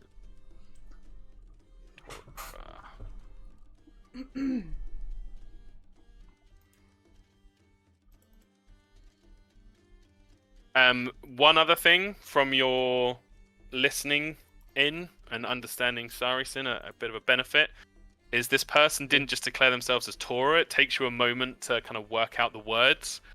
They called themselves Torah the Poisoner. Interesting. Probably an expert at the longbow. Yeah. So, Don't forget. in terms of timing, this is where our intrepid heroes are going to find themselves again, because as you come back, the timing gets kind of weird. Probably wouldn't have worked out like that. As you went past this door, Tiberius, you would have heard the beginning sounds of battle. Which is this the second below the top floor? This is the second below the top floor, yeah. So it got teleported. So in terms of timing, Lorcor and Sin have kind of come here a little bit earlier, but you've come up to the door just after. It'll be a 1 or 2 rounds, and then Tiberius will join if Tiberius wishes to. I don't know, because he's avoided. He tried to avoid it so far, so it sounds like there's a big bat. Unless there's anything very characteristic. I mean, yeah. Oh, The sound yeah. of Lorcor laying into the enemies. He also believes they're dead, though. Yeah, very true. Very true. But that might make him want to poke his head round the door. Maybe. We'll but see. We'll see what happens in we'll the see what battle. happens, yeah. So, we begin, as they have been lying in wait, with Torah. So, Torah pulls out his companions, and Sin, you understand that he says, it's like, don't steal the glory of my kill, on the big one, basically. Okay. He is going to use an ability, which I track with this feather, because it'll help remind me. So blah blah blah. Cool. And then he is going to fire as he pulls out from beneath his cloak a crossbow at you, Lorcor. Mm-hmm. Phew. Hits. 8 piercing damage to you. Right off the bat. Yeah. Ouchie pouch. And seeing it's pretty clear, declaring himself the poisoner, you think this bolt is poisoned. Could you make a fortitude saving throw for me, please? Yeah. Oh, that is just enough. Nicely done. Yeah, so your rugged constitution is unaffected by the poison so far. Nice. Right. Sorry. It's gonna move to here. And it's gonna try and throw one of his 2 spears at Sin. And it is only thrown 20 feet. So it's actually outside his range increment, so he'll get a -2 to this, and also I'm going to give Sin some light cover because Lorcor's in the way. So basically, +1 to Sin's AC and -2 to this roll. Oh, he rolled well though. So a 19. +1 to my AC. Yeah, still hits. Yeah, so that is 7 damage. Ow. Yeah, move. Very much acting like a pack of hunters. Lorcor. Lorcor grins with the arrow bolt in his chest, snaps the end of it off and throws it to the ground. And you just hear like an alligator sort of like hiss and growl at the same time. Yeah. I mean, the door's still open, so Tiberius would definitely hear the alligator hiss and growl. And Lorcor is going to use his sudden charge to get... Well, he's going to stride first. So, Oh shit. 25. And then another 25. And another 25. Oh man. And he's going to use a sudden charge to make a melee attack against this guy. Very cool. So Lorcor, I imagine him like loping to all fours, just Yeah, man. Oh, that's really cool. Yeah. claws sparking off the tiles on the ground, just goes lunging towards this creature. And you see its eyes open wide. As it wasn't expecting you to cover the ground that quickly. Sadly, I can't rage as well, but I can still do a claw attack. Yeah, Which the makes claws sense. come up. Yeah. Slashing for 27. Very nice. 6 slashing damage. Yeah, you draw blood as it rakes across this creature. Hear him cry out, hiss back at you. Then your turn. Don't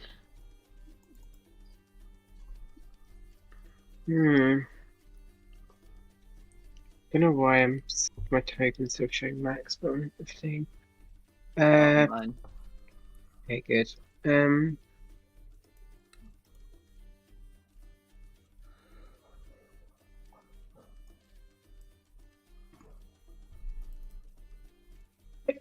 Sorry.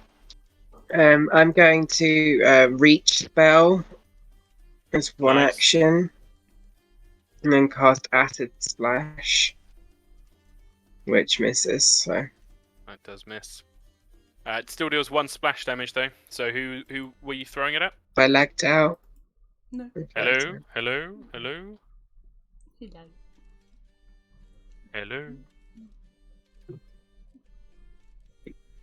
Hmm. Damn interwebs. Probably lagged out. Yeah.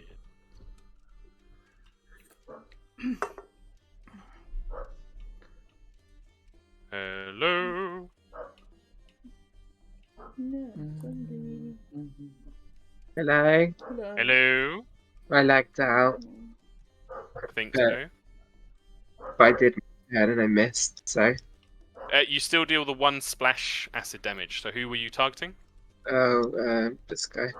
Cool. So acid damage 2. Nice. We're also 2 hours into the session. I haven't handed out any hero points, so I will hand 1.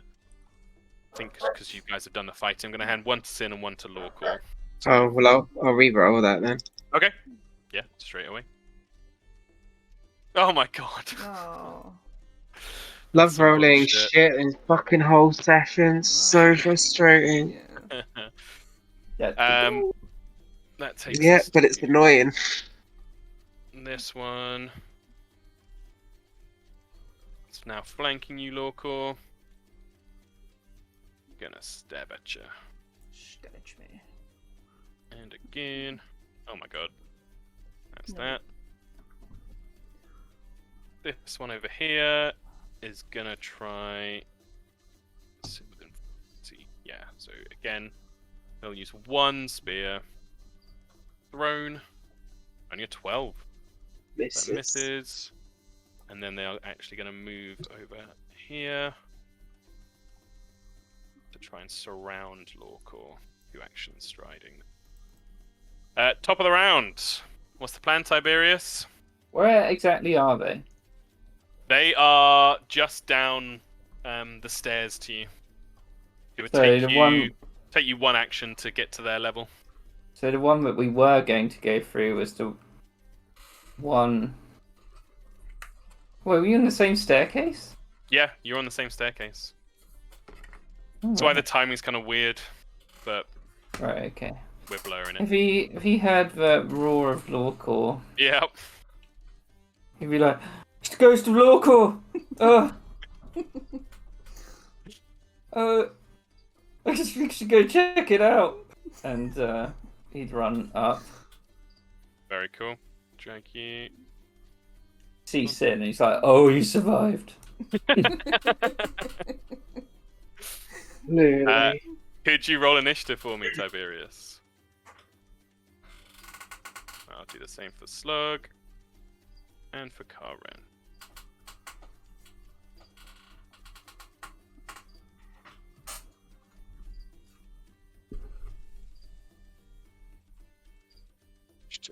Slug. And then I guess he's still got 2 actions, right? yep.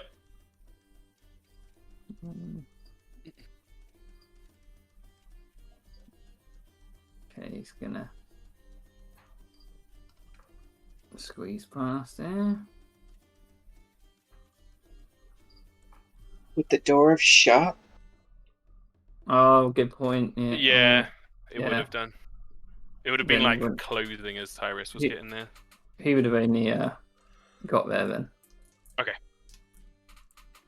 He doesn't go too far in. Yeah, and I'll take Slug and Karen's turn on their initiative turn. So Tora, still holding the crossbow, and it's not reloaded.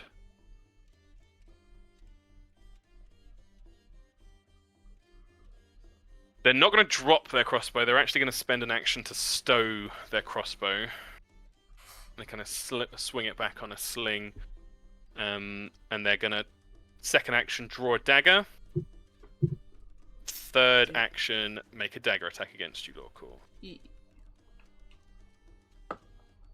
Ooh, yeah. So, 1 piercing only. 1. Actually, no, that's wrong. It should be a +4. So 5 piercing. Sorry. Don't know why it doesn't have the modifier. So 5, and then another fortitude save for me, please, as the dagger seems to have been coated in poison as well. No. Yes. That's good. Whoa! You shrug it off. with aplomb. You shoot the poison back out of the wound into his face. No, you don't. But Yeah. that was a very good roll, a critical success. In fact, with a crit success, I'm going to say that you are immune to the effects of the poison. Oh, nice. As your like metabolism is processing it and figured out how to deal with it. Very nice. It is still a hit though, and a couple of his things come into play. Because you are surrounded by 2 of his allies, you take an additional, this is just piercing damage, like from the dagger. I don't know why I did that on the GM. That was just 1 I rolled there, so that's nice. Just 1 more. And then because you are his hunted prey, you take an additional d8. Only a 2! So, Hang on. So the dagger was 5 and then plus 3, so 5 8 total damage you've taken this round. oh, okay. It's still drunk at me, you know. Yeah. He strikes at an opening for sure. Right, this Sari is going to try and get in the way so that Lorcal can be dealt with. 20 feet up to you, Tiberius. And he's going to try and trip you. No. Oh, he fails. What is your reflex DC? Is it a check? You don't Or roll that anything. No, it's no. your- It's something else. But that's an attack, right? Not a check.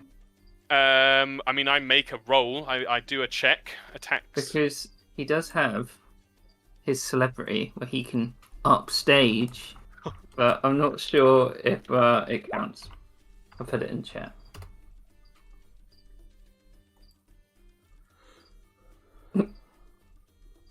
That's... Yeah. I mean, it was a skill check. It was an athletics check. Yeah? So he tries to shove you over. You shove him back.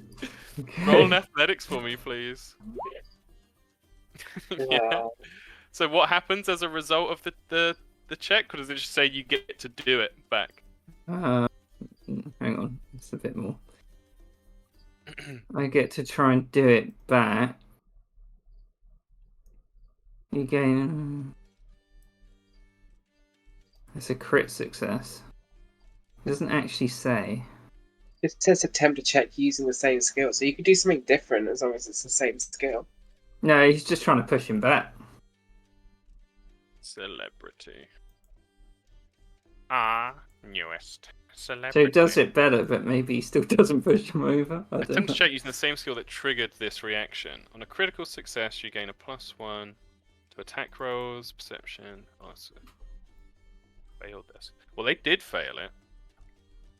So you just get... It's not pushing me back. It's like showing off kind of thing. Right, okay. But you get a +1 to all attack rolls, perception checks, saving throws, and skill checks until the end of your next turn. Nice. Pretty fucking sweet. Oh, look, it's got my initials on it. KG. I guess kilogram, but I'm using it as kg. That's And just what is special. your reflex DC? So your reflex save +10. Reflex save 17. Okay, cool. So this would happen. Yeah. Okay, cool. So he fails. He is. And then you just like shrug it off and give it a bit of a swagger, and he is actually put off by that. He's gonna move back. Slug! Sorcerer! Slug's gonna move. As good sidekicks or not sidekicks should. Up next to the main show. What spells have we got? Oh. We could cast Grease on Lord. He is surrounded by people. I want to use this one. This one's cool.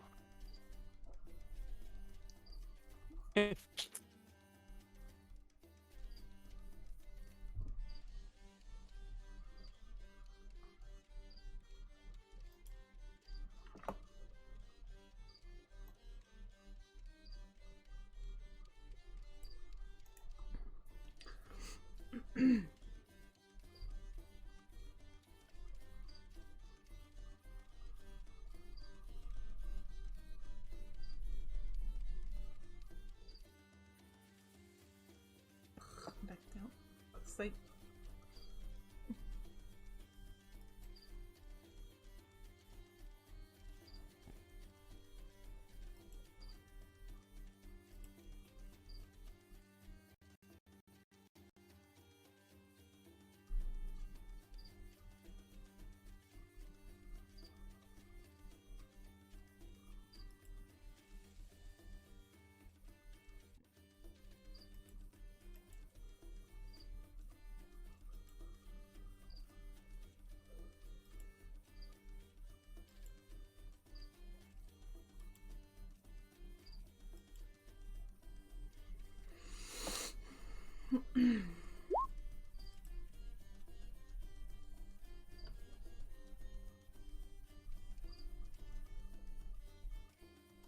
That definitely hits.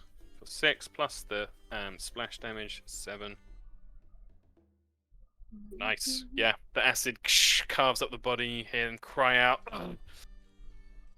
Nasty damage dealt. Sorry, I lagged out. What did Slug do in the end? Slug tried to cast a spell. It would have been hilarious if it worked on Tora, but Tora critically succeeded his spell check. Also, What that's not spells? your correct damage. It's plus your spellcasting modifier, Natalie. So +3, +4. Okay. How do I change that so it works properly? I thought it wasn't that until it was heightened. Oh, I think you're right. Yeah, it says heightened third. The initial damage increases to 1d6 plus your spellcasting ability modifier. Thank And you. persistent damage That's my increases bad. to 2. Good looking out. Lorcor, your turn. Local is gonna rage. And he's gonna bite this puny guy. Oh! Yep, 25 hit. For 13 damage. Oh my god. Yep, Yeah. this guy with all his boasting, the nasty stab into you, but you just chomp down, and he's like, still alive. You gonna bite him again?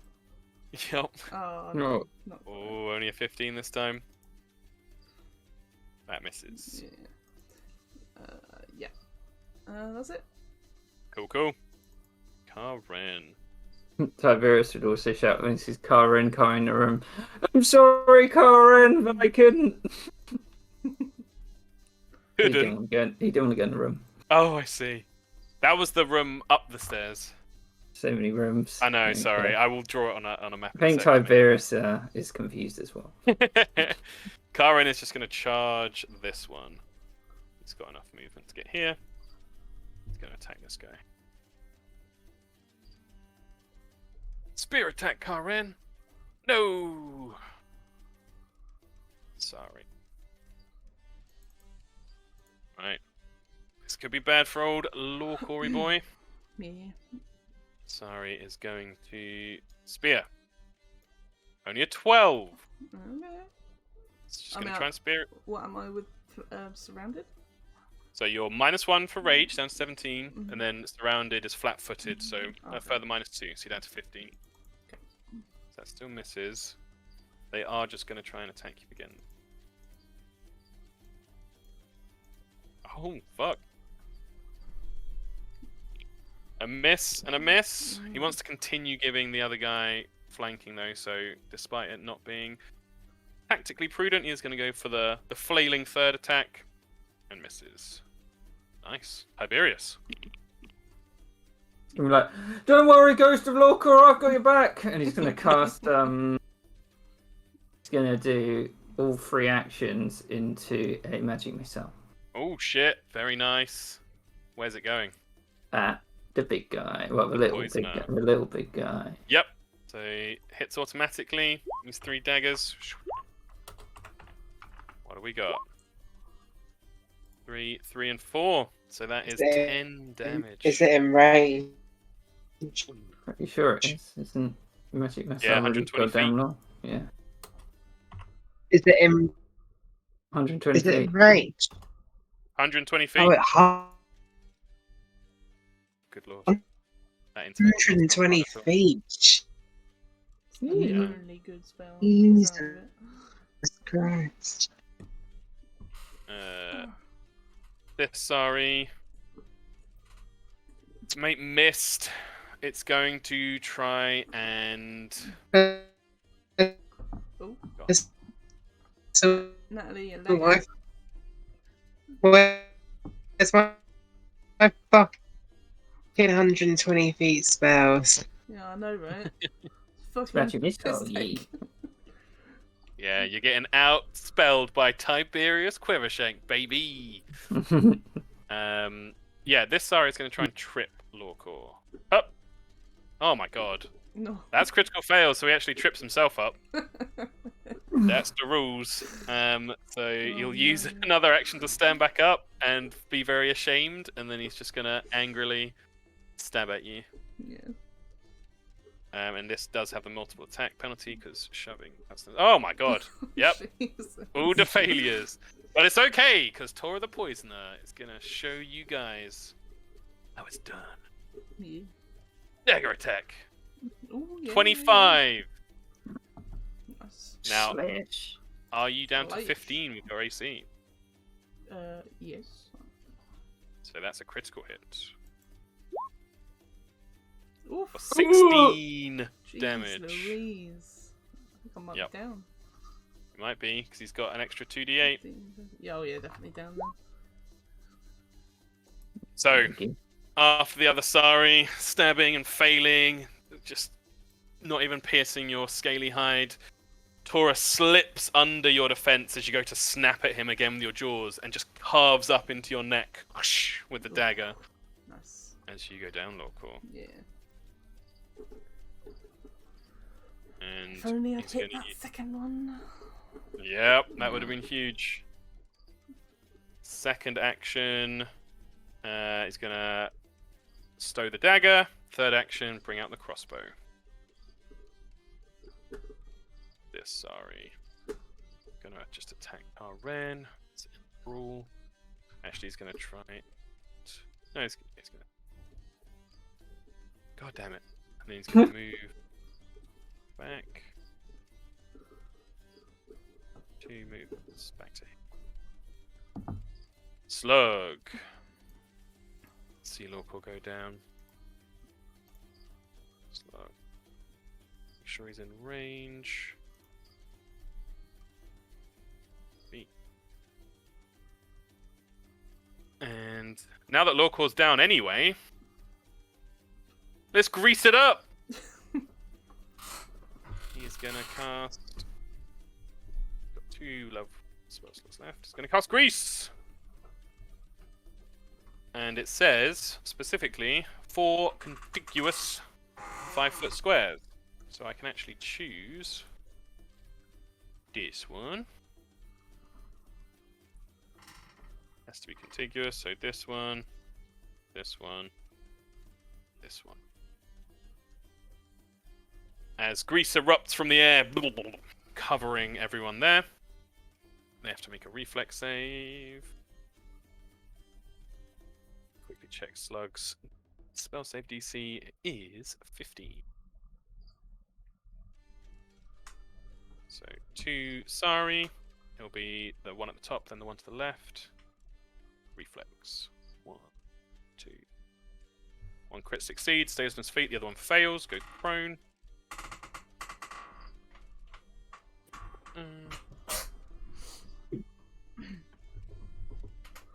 And then Tora, the poisoner. Why can I never think I want?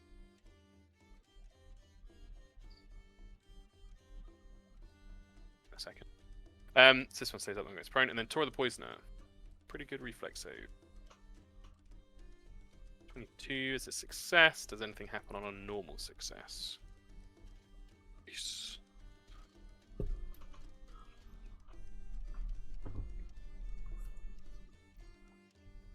Prone. No. Okay. That is Slug's turn. Sin, it is your turn. Oh, Lorcor, I need to move you so that your initiative is just behind Tora. She went Sin. Move to here. Cool, cool. Been a wildfire burst on top of all of them. Okay. There's prone. Finally. Cool. I will use a different color. I'll use red. So it is the 10-foot thing, isn't it? So it's like. Hup. Hup. Would you like it moved at all? Yeah, to the right one. So, like that? Yeah. Cool, cool.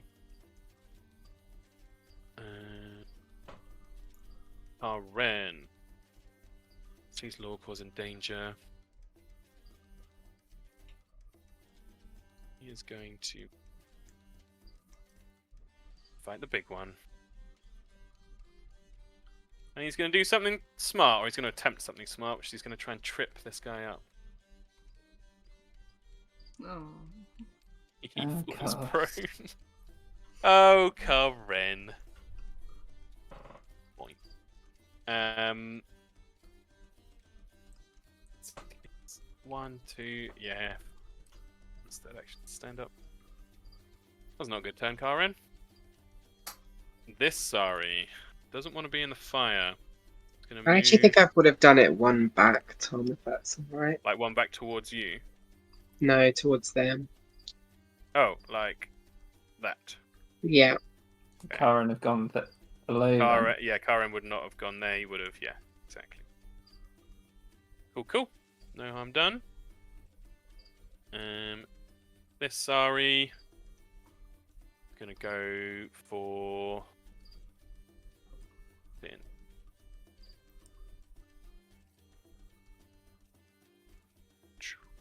Gonna try and trip you up. Did he pass the grease? Oh yeah, good point.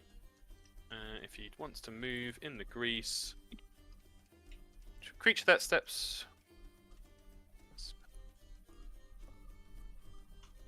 Each creature standing, using action to move. Oh yeah, he has to do the balancing thing. Does he have good acrobatics? No, he doesn't. So we'll do a reflex save. Does pass. So he can move, and then he will. He tried to trip you, Sin. Does a 19 beat your reflex DC? Yeah. So you are tripped up. And this last action of trying to stab you on the floor, it does have multiple attack penalty, and he completely fails. But you are prone. And Tiberius, your turn. Tiberius looks at Lorco's like, not again! He's gonna cast magic missile again at that guy. Holy shit, all three again? Yeah, he doesn't want. He saw a guy slit on Lorco's throat. He doesn't Yep. want to risk it. Oh, you could have failed that, but you didn't as the three daggers plunge in. The figure looks angry, robbed. He's got his little crossbow out. He's about to start nailing you, falls in the head, but the daggers slice in, and the crossbow goes clattering to the ground next to him as he is brutally killed. Nicely done, Tiberius. Move him in order. This sorry doesn't want to be in the fire, so he's gonna move to fight. Oh, he has to. Grease it up. Yep, and he has to stand up first. Okay, this is where Grease actually gets kind of insane because standing up is a move action, so he has to pass the thing just to stand up. So he'll do a reflex save. He's got to beat 15. No. So he fails to stand up. He'll try again to stand up. Fucking hell. Or would he try and crawl out? He would try and crawl out, and that means he can just crawl out, which I think crawl is 10 feet. So after like slipping and sliding over himself and tumbling back to the floor, you see him eventually just like crawl and pull himself over to here. Very nice. Lorcal, recovery check, please. Local just takes fire damage, though, doesn't he? Yeah. He will do if he ends his turn there. Well, I ain't getting up. Yeah, it will. It will. In fact, that's a good point. That might mean no. It's still worse for you to fail this check. Okay. Because if you fail this check, you go down 1. Okay, so you pass, stabilize, go to wounded 1, and then take the damage at the end of your turn, which puts you on dying 2. Okay.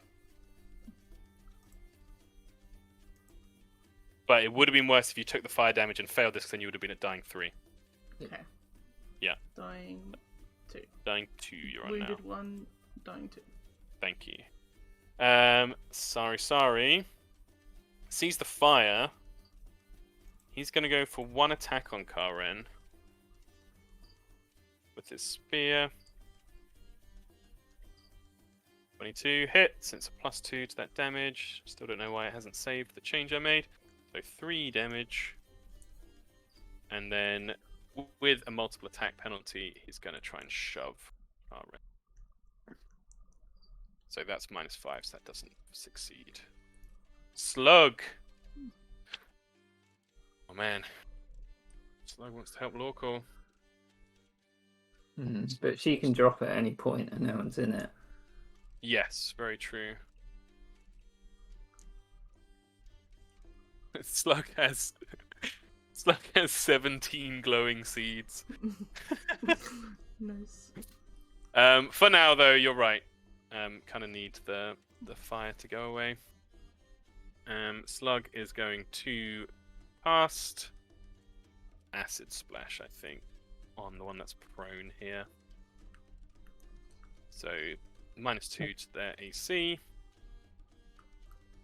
Slug. Oh. You know what? Slug has a hero point. Slug's going to use a hero point. Slug.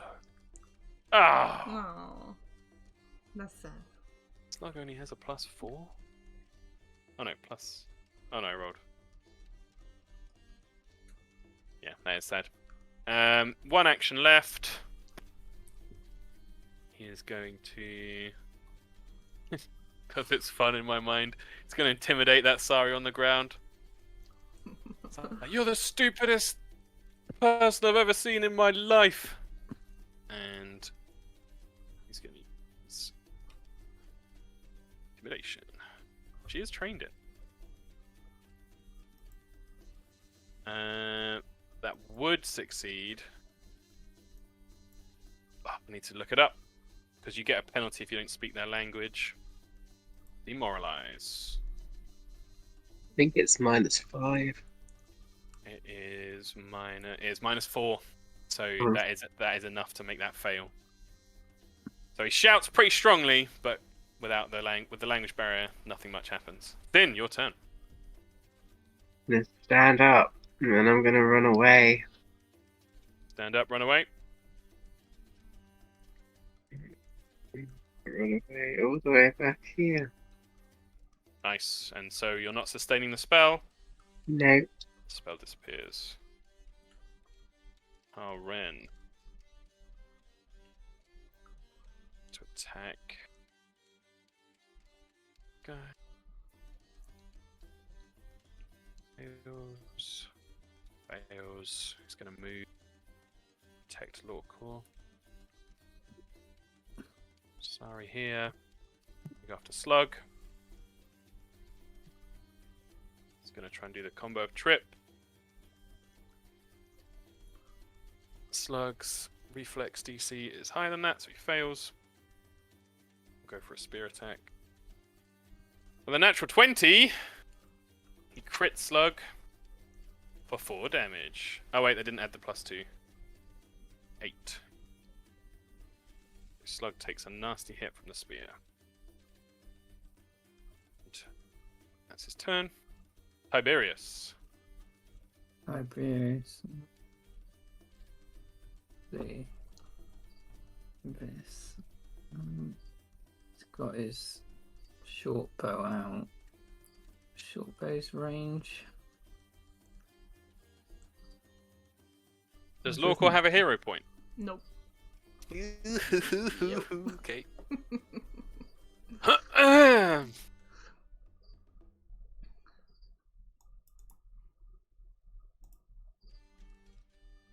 I would have probably done my turn differently if I'd known he was still dying. Well, Yeah, Yeah. still dying. So he goes to try and run over and check him. Check him. So what are we doing? Stride. Stride. Medicine. Try and stabilize. Yeah. Yeah. See. Way up. How do we do? No, not again! God. What's it called? Yeah, he sort of ran round. What's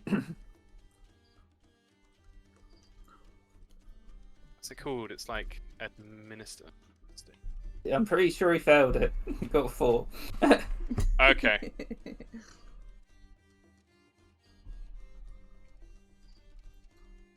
Okay. Well, funnily enough, the rules lawyer is actually going to help Lorcor here because administer first aid is 2 actions, Oh, so you shit. can do it. Because a Then 4 would have been a critical failure, and you would have given him 1 worse to his dying condition Oh dear. I tried. Oh, as you rummaged around inside him. So, is there anything else you would do with that last Yeah. action? 'Cause you actually can't administer first He aid. would. Wait. It doesn't say he needs stat. Oh god, it's fair. It won't actually help him on his check. And he can't help because that's 2 actions as well.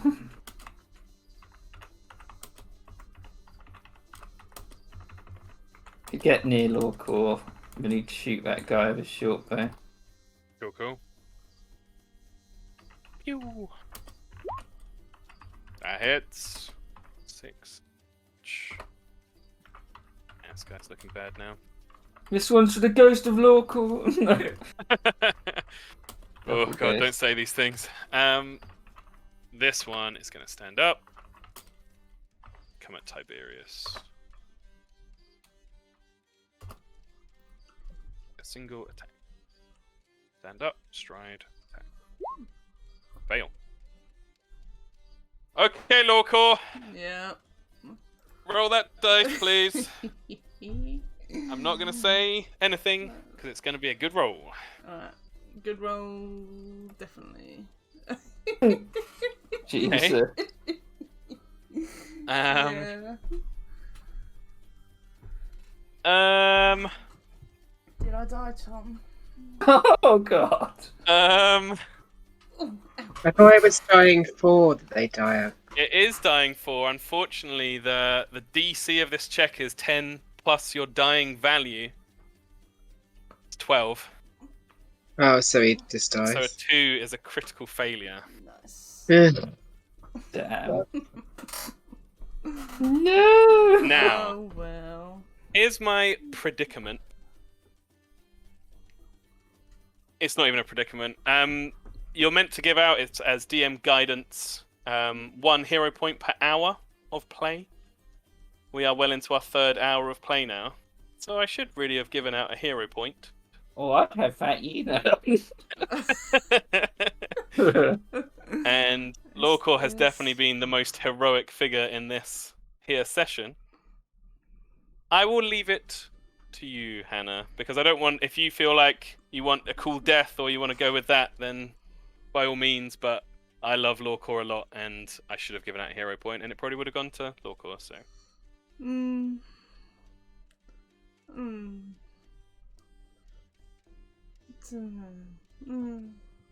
I don't know. He did roll a 2. It's pretty bad. He did roll a 2. It's pretty bad. I'm gonna roll. I'm gonna take the hero point and we'll see what happens. Okay.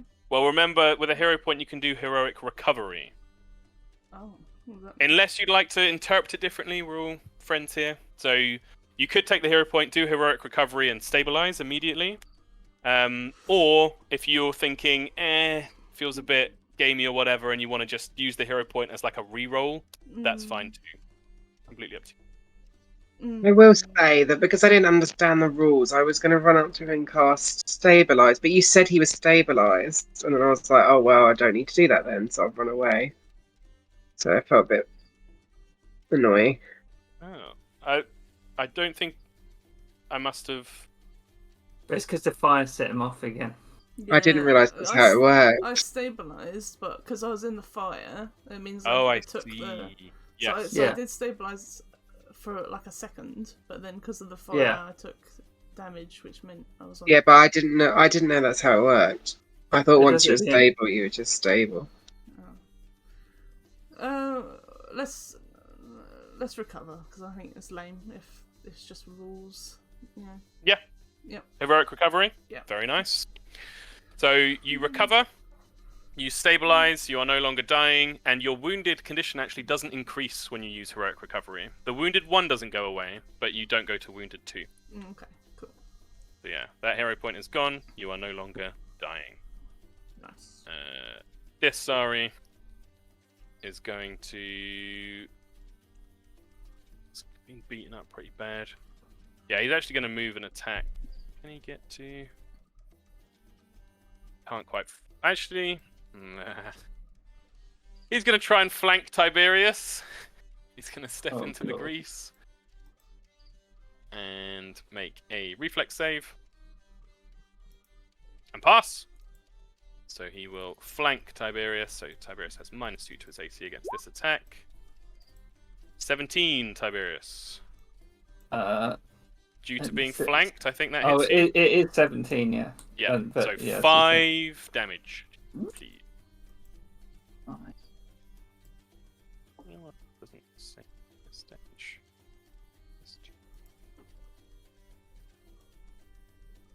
That's his full turn. Slug's turn. Slug's fighting this guy. Doesn't want to do acid splash because it would literally splash himself. Oh yeah, also Slug has stabilize, and I didn't realize that, so yeah.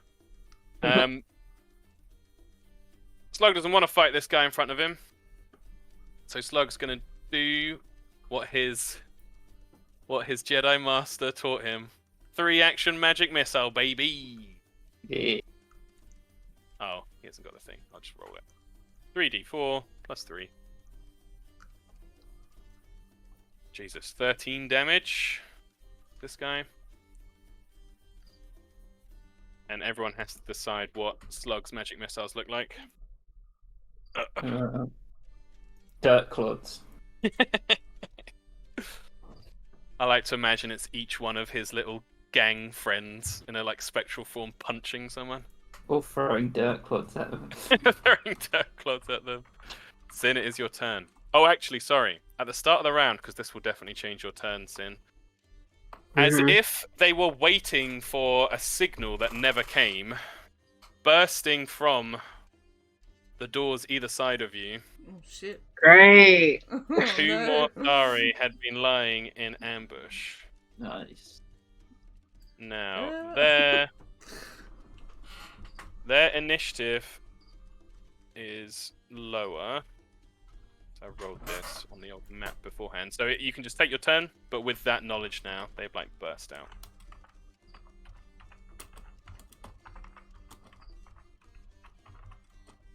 Like,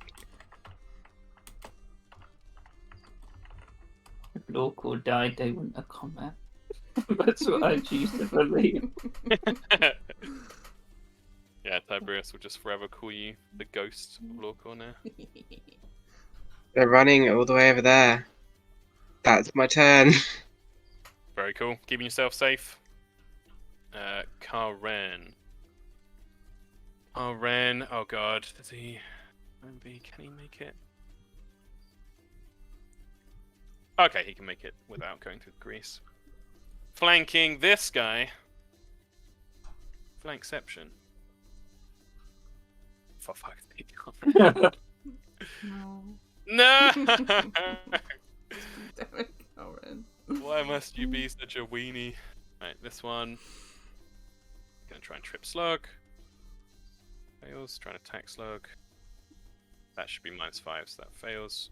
It's not going well. He's going to try and gang up on Tiberius. Tiberius, your turn. Surrounded. Shit. I don't want to go for the grease either. No. Oh, Can I we diagonally? can't do what I was going to do now. Shit. Well, can I? Can I move there? You move diagonally. Okay. The Didn't know first if it was diagonal is two. 5 feet. Gonna go. Slug, get back! And he's gonna fire one shot at the guy in the grease. Very nice. That hits and kills this Sari. And he's like, oh. And he's gonna do his second shot, which is minus Oh, yeah. 5 for that guy, but he misses. Very cool. Right. After springing their ambush and their elf just ran away, these Sari have to move up. This can get to slug with 25 feet. 2 attacks. Crits. Oh! For 16 damage, Boom. which is exactly what Slug had left. Well, this is the TPK. Slug goes Yeah. tumbling down. It's getting close.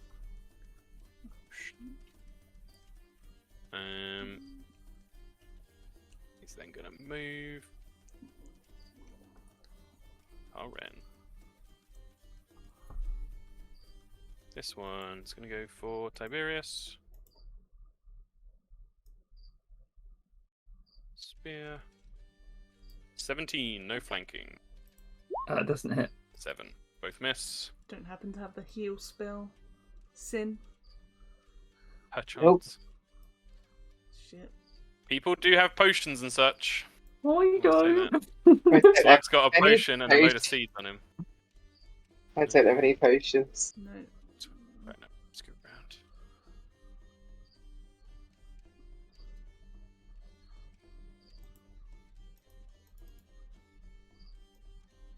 And 1 spear attack against Karen.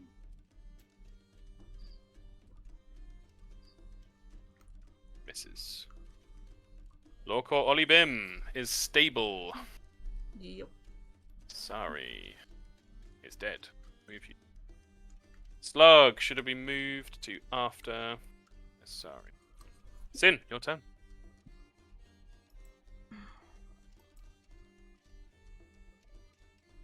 One action.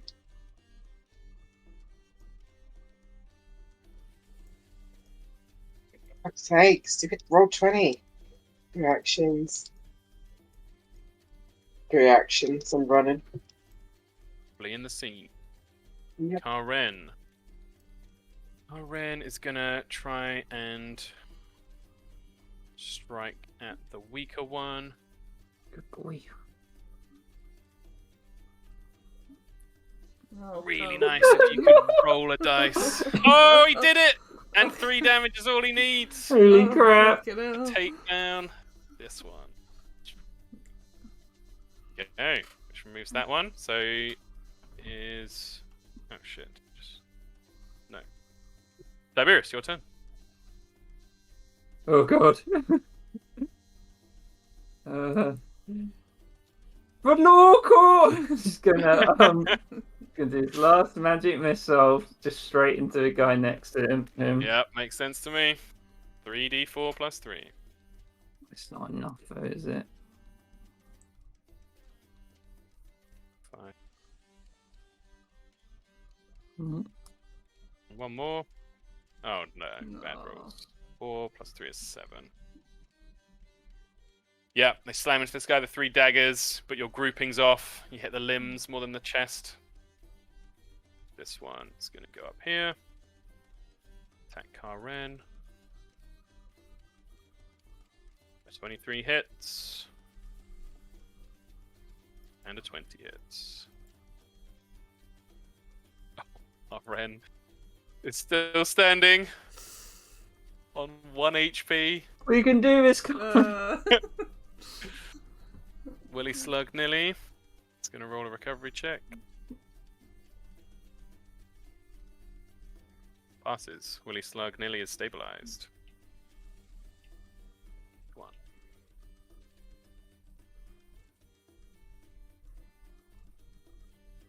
And sorry, next to Tiberius.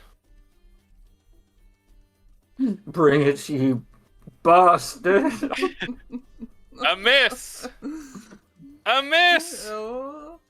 And a Oh. miss. Nice. And this one up here. It's going to do the finishing blow on Karen. You would imagine, as Karen is flanked. Crazier things have happened. No, that hits. Oh. Oh. He's then going to move through the grease to Tiberius. So, Jesus. Okay. So Karen is down, and Karen is not a character. Dead. Shit. Equals stable. Sin. I'm You're going at the back down door. the stairs. Back down the stairs. I'm The step- trying to flee towards the room that me and Lorca originally started in. Yep, you would know exactly where that was. You would this turn definitely make it to the room with the door open. Yeah, I want to get to the pool and try and heal for one. Very cool. Tiberius, your turn. He's gonna for funny. He's gonna do inspire courage on himself. What does he say? He's like, you may take me down, but at least I'll die of my fellow new quiver shankers. And Yeah. so he gets a +1. The rallying cry. And he'll go up here. Mm-hmm. And he's going to try and shoot the guy who shot the magic missile. Very nice. Pew.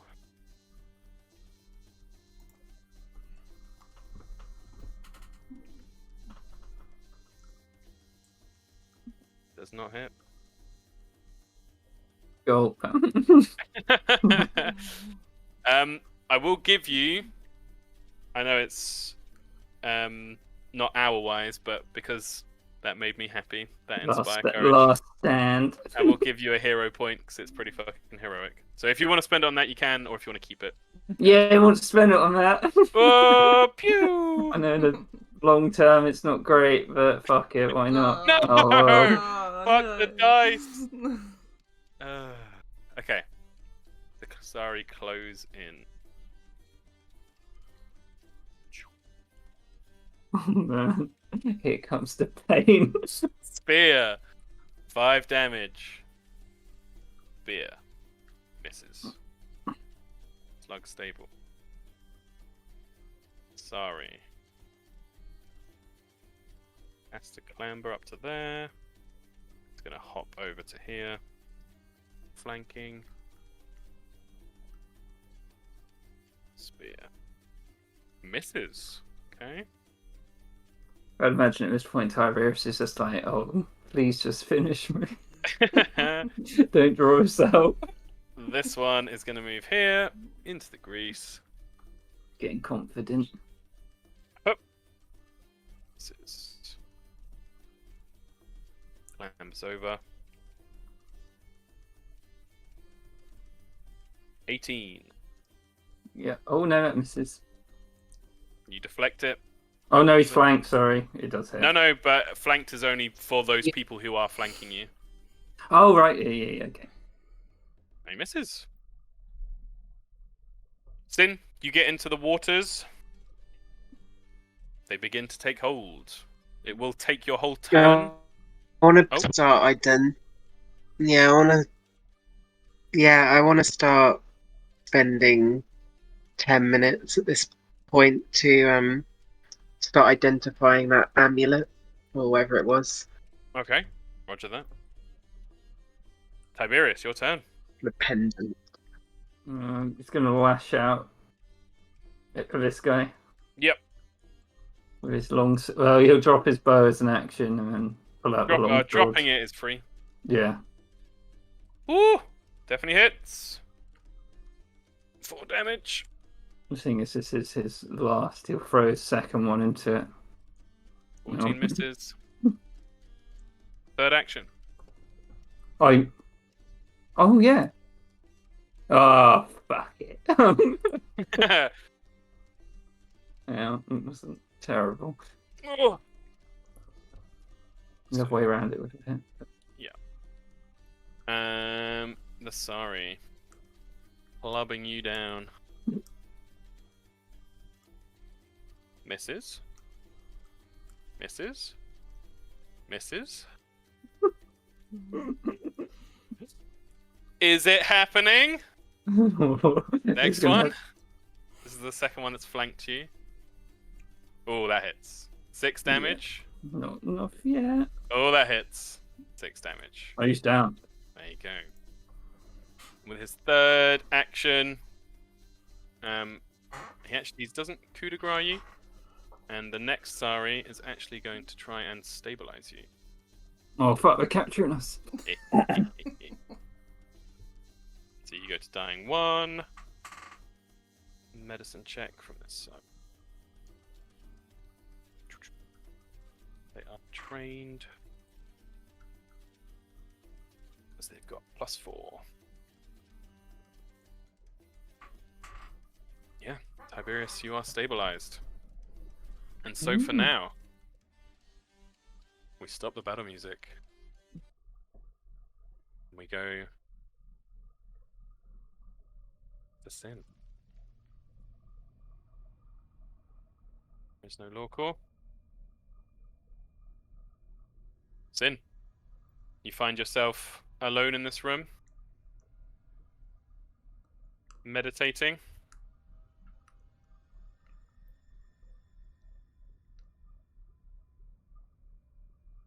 You would hear the clattering sound of footsteps as Sari are rushing around the tower. Are you doing anything to try and hide? Oh.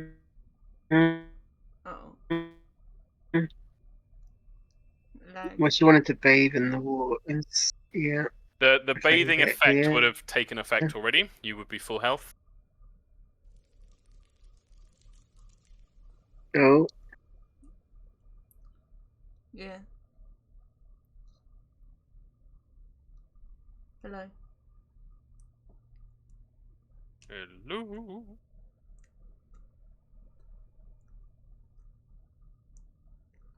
Lagapalooza. Lagapalooza indeed.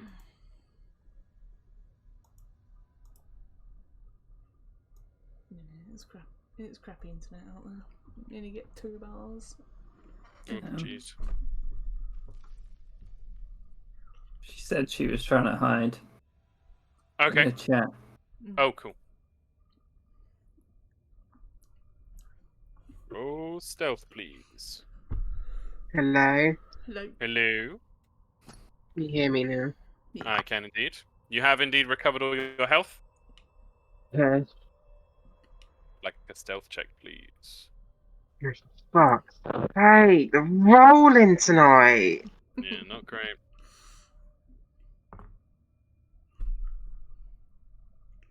I'm still gonna move into here.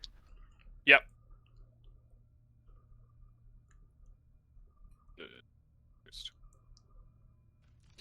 Cool. You sit.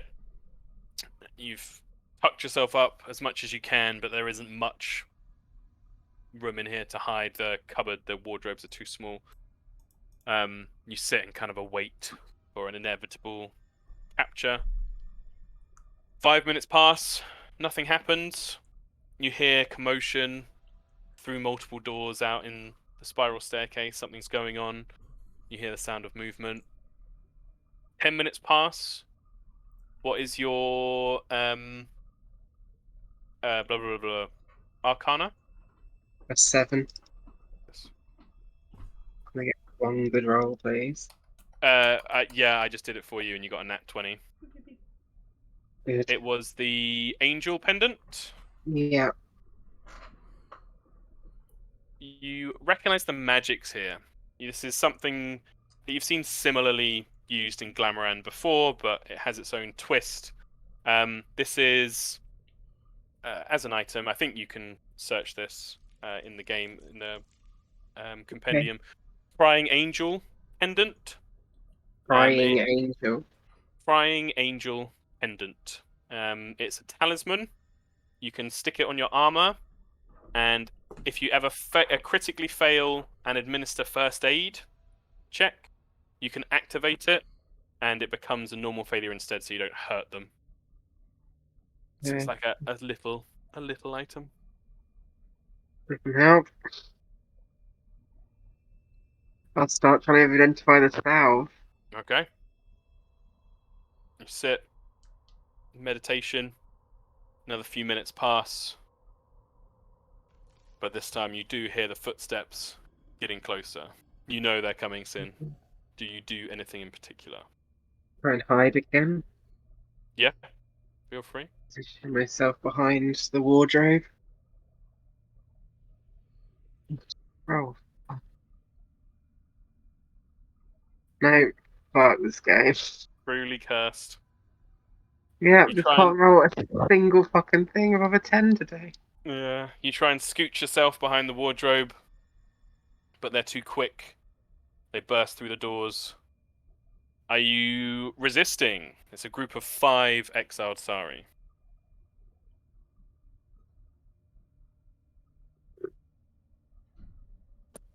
No. There's no No. point. You go with them. They don't knock you out or anything. They drag you down the stairs, down and down to a chamber that smells of animals. There's a musk down there. And in a cruel return to a previous time, you are thrown into an improvised prison. These are not barred cells. In fact, I can move us. These are not barred cells. These are green glass. These are chambers with green glass doors. But it seems to you that the Sari have figured out a way to lock those doors, as instead of the bubbles moving around, they are fixed in place. And you are thrown into a chamber alongside not Ren. Yep. Alongside yourselves and a very large crab that sits in the corner, currently munching away on some fleshy remains that you hope are not Karen. Yeah. 3 of your companions are currently unconscious. Their weapons, items have been confiscated, as would be yours, though I don't think you carry any weapons or anything much to speak of. No. So you're largely left as you are. But you are plonked down in this chamber. Rough Sari guards throw you inside. The doors have this kind of still, they go opaque rather than translucent. You get the feeling they are locked. And you are left inside with the unconscious remains of your companions. Do you do anything in particular? I try to identify the potion, the salve, whatever it is. Yeah, they would not have taken the salve from you. It's not a weapon. I will roll for you again. What did you say your plus was? +7. Jesus, this For is where all your Arcana. good rolls have been going. Just in time. You absolutely do succeed. This is a shielding salve.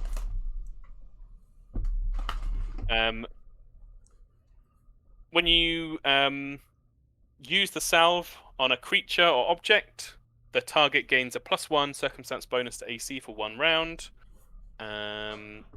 Also, the first time an attack or magic missile hits the target during that round, the salve prevents 5 damage from that attack or spell, and then the oil's effect ends. Can you copy that into the chat, please? Yes, absolutely.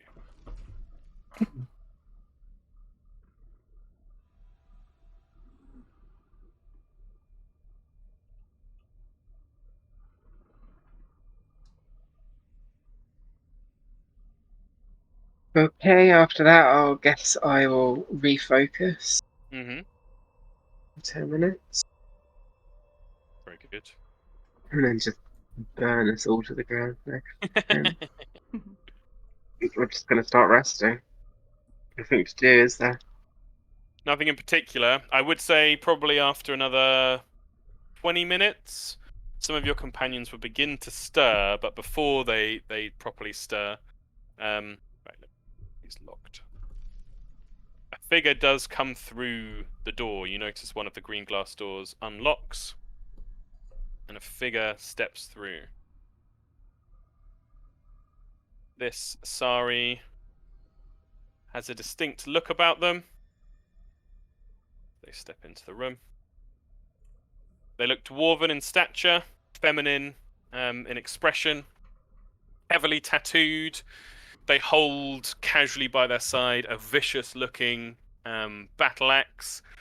But you notice, as you're quite observant, Sin, just from the look of them, they don't seem like your normal dwarf. There are patches. Kind of reminds you of one of the statues you saw before, actually, where the statue looked touched by the elements, bonded with the Kiad Shore. This exiled Sari looks to have that same kind of rocky patches of skin to her knuckles, elbow joints. Seems to be in touch with the earth. Perhaps a Kiad Shore of the mountain, Rumble Crag, one of the others. Walks into the room with a very calm expression on her face, surveys the scene, kind of cocks an eye at Slug in particular, sees that you are meditating, and addresses you in Sari, Yeah. which you understand some of. You get a tone of, again, quite calm, laconic, just says to you, you have killed many of my people. Why?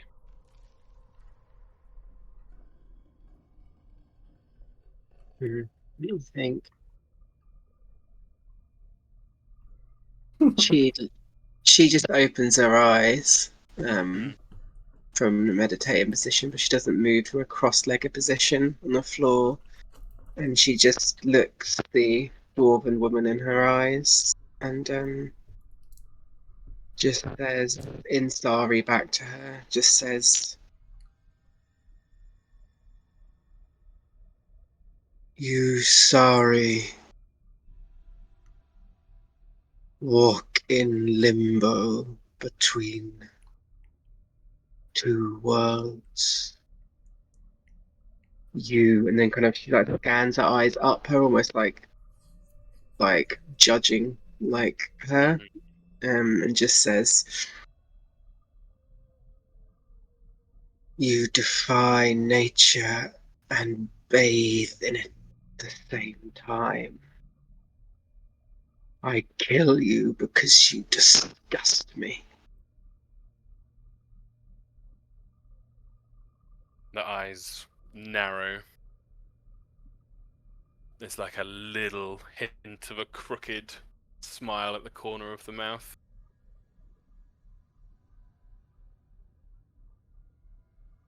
She just says, I hope you enjoy your stay. Looks back out.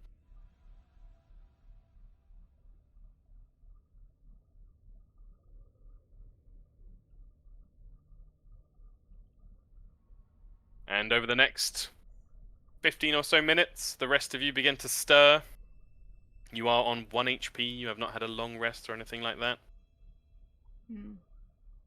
But you wake up in this space that smells weirdly of the sea. You see a giant crab in the corner with its little eyes looking at the rest of you. Well, didn't think I was going to be waking up. Looks at the crab. Yeah, the crab seems to make eye contact with you, Tiberius. Stares back at you. Clacks at one of its pincers. Dorkle doesn't say anything. He just sort of lifts his head with like bloody drool going on the floor and looks around.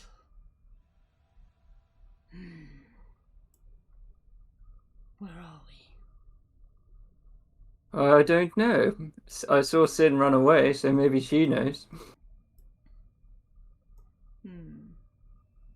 We're sorry, have taken us prisoner. No one holds Lorcore prisoner. You start smashing on the door. Yeah. You slam your fists against the door. The glass doesn't budge in the slightest. Yeah. Well, You would do best to conserve your energy, beast. look at it this way, Lorco. I thought you were dead, so being a prisoner, that's a step up, right? And I'm sure I was going to die when all three of them came at me, but just seemed to be here of you lot and looks at the crab. Just think, Hannah, you could have let Lorco die and played a crab. I know, right? Now I'm missing out now. Could have been a crab. The crab, It's me, Mr. Krabs, see? seemingly watching Lorcore, the crab scuttles over to this door and knocks on the door with its pincer. Nice. Ricky That Krabs, crab is see? going to get eaten in a minute, so. And then it's scuttles fine. back. It's big. It's like bigger than Slug. It's a giant Oh. crab. Okay. It's medium size. It's fucking huge. That's a big crab. Yeah. Yeah, Lorcore doesn't really say anything. He's just kind of a bit annoyed with himself for going down when he did. He didn't get the final blow on that guy. So he's a bit angry. Yeah. Completely fair. Well, I guess we just wait. I haven't got any of my things, and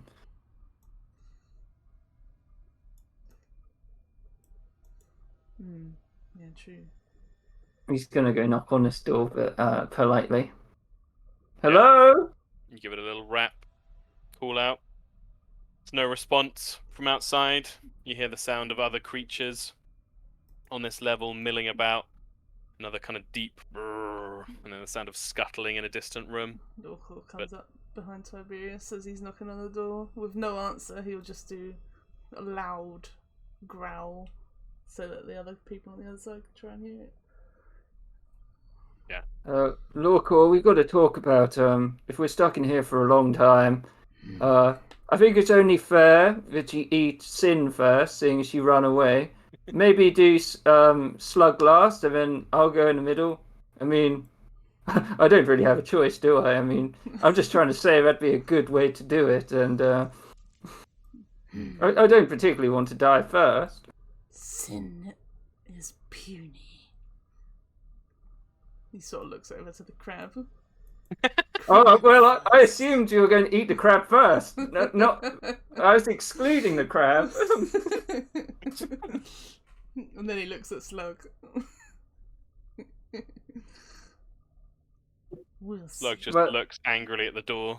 Just says, and kind of to himself, just like, they took my stick.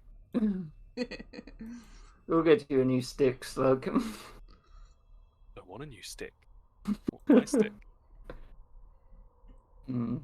Yeah. As the crab kind of clacks in the corner, sizing you up, we will finish today's session there. Cool. How did we end in a worse position when we Yeah. started? There are so many things that could have happened. Oh my days. Oh, if those other two hadn't come in, we'd have been golden. Yep. Yeah. Well, those two were about to launch in on the next poisoner's turn because they planned. They were ready for you guys because of the one that got away from Lorcore and Sin before. Yeah. That's where he ran to. So they were ready to jump out and be like, "Ha-ha!" And then they just didn't hear him ever say jump out. So they were like, "We should probably go out anyway." I don't know how the hell we're going to get out of here. Well, as soon as the door's open, we'll be alright. On 1 HP, baby! Yeah. Just gotta befriend the crab. It's alright. With Bring no the crab. weapons. Have a with sleep. no I weapons. don't need no weapons. I mean, yeah, to be fair, Lorcore is the weapon. Yeah, true. They didn't cork my teeth. Alright. Oh, the teeth cork. Damn, that'll be their final undoing. Yeah, they didn't manacle you or anything. They seem No. content to just have you in these, what they clearly think of as secure chambers. Fools. But you'll see. Yeah. Very interesting. Well, Lorco Very nearly good. died, you know. Yeah, it does a lot of damage, but fucking hell, it goes down every time. Oh, yeah, Barbarian is like melee glass cannon. When he's wading, you're just like, what the fuck? So much damage. Yeah. And then they turn around and gang up on him, you're like, oh. That's the risk to the reward. It wouldn't be as risky if I wasn't playing him as a dumb boy. I love him so much though. Then I'd move out of the way. Yeah, he's great. Yeah. Yeah, I will say, like Funny. Sin did, like especially with Sin and Tiberius' 30 feet speed. If you just use all 3 actions to run, they literally can't catch you. We didn't want to with Lawcore and Slug on the floor. No, 100%. I get that, and I 100% get Sin running. The bond with Tiberius is there, but the bond with Sin is not there. Yeah, it's very interesting. This was always a potential outcome. Because with the different floors, there was different ways that you could have been. Had a really tough fight or an easier fight, taking them piece by piece. Lots of different things. We took down the big one. You did. That's what matters. You took down the big one pretty handily. That big one had some nasty stats. That big one's not an easy creature at all, like you saw with Lawcore. When it gets doing damage, it's like pretty crazy. And that poison is horrible. You did really well saving from that poison. Nice. Did we get any XP? Yes, so whether you defeat the enemy or go through the fight or not, it's all XP, and because of the extra people, this is actually going to be quite a lot. So let me add it up real quick. Level up. Well, we're only on 270. Plus 1 is 6. Come on, level up. 4, 6. I need more spells. Fucking hell, low level spell. I can understand Hannah's frustration. Oh my god, but it's that fucking piss tank, isn't it? It just feels like 200. Sorry, XP. 470. There we go. 470. Yeah, so you're over halfway to level 3 because we're still doing the 800 leveling. Yeah. Oh wait, When it, and you did the transit. Hang on, I gave XP for the different levels of exploration as well. when I saw the crab, I was like, Tom has clearly thought this one through. Yep. Well, I thought you were going to make the crab eat our corpses, which would have been would be pretty fucking funny. If none of you were alive, none of you were conscious, there was very much a real chance that the giant crab would just like pick one of your bodies to eat. But Yeah, because makes sense. Sin was conscious, the crab's just like watching warily. But yeah, if you were all down, which was completely a possibility, they want to capture people, Yeah. as you saw from the slaving camp. I probably would have rolled a d4 and Sin got eaten by the giant crab. Nice. But no, Sin ran away and surrendered rather than fighting, which was smart. Right, you explored. You're in the storage chamber now. You explored that one. And you did the preparation. And you did that one. So that's... Okay.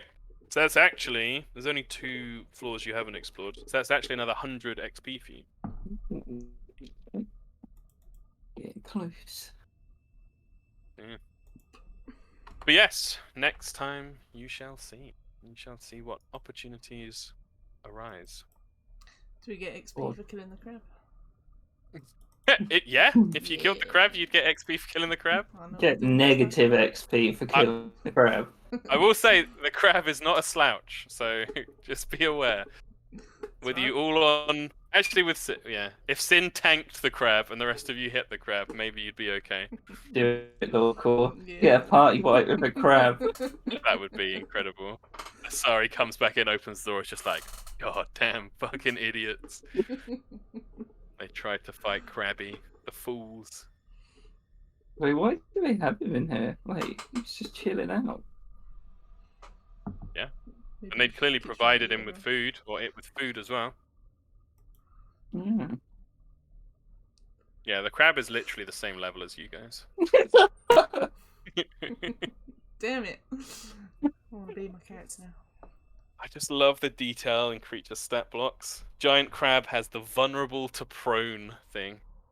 So if you can trip him up onto his back, then he has like worse penalties to his AC and stuff. Because It's great. if you get a crab on his back, he's in a bad spot.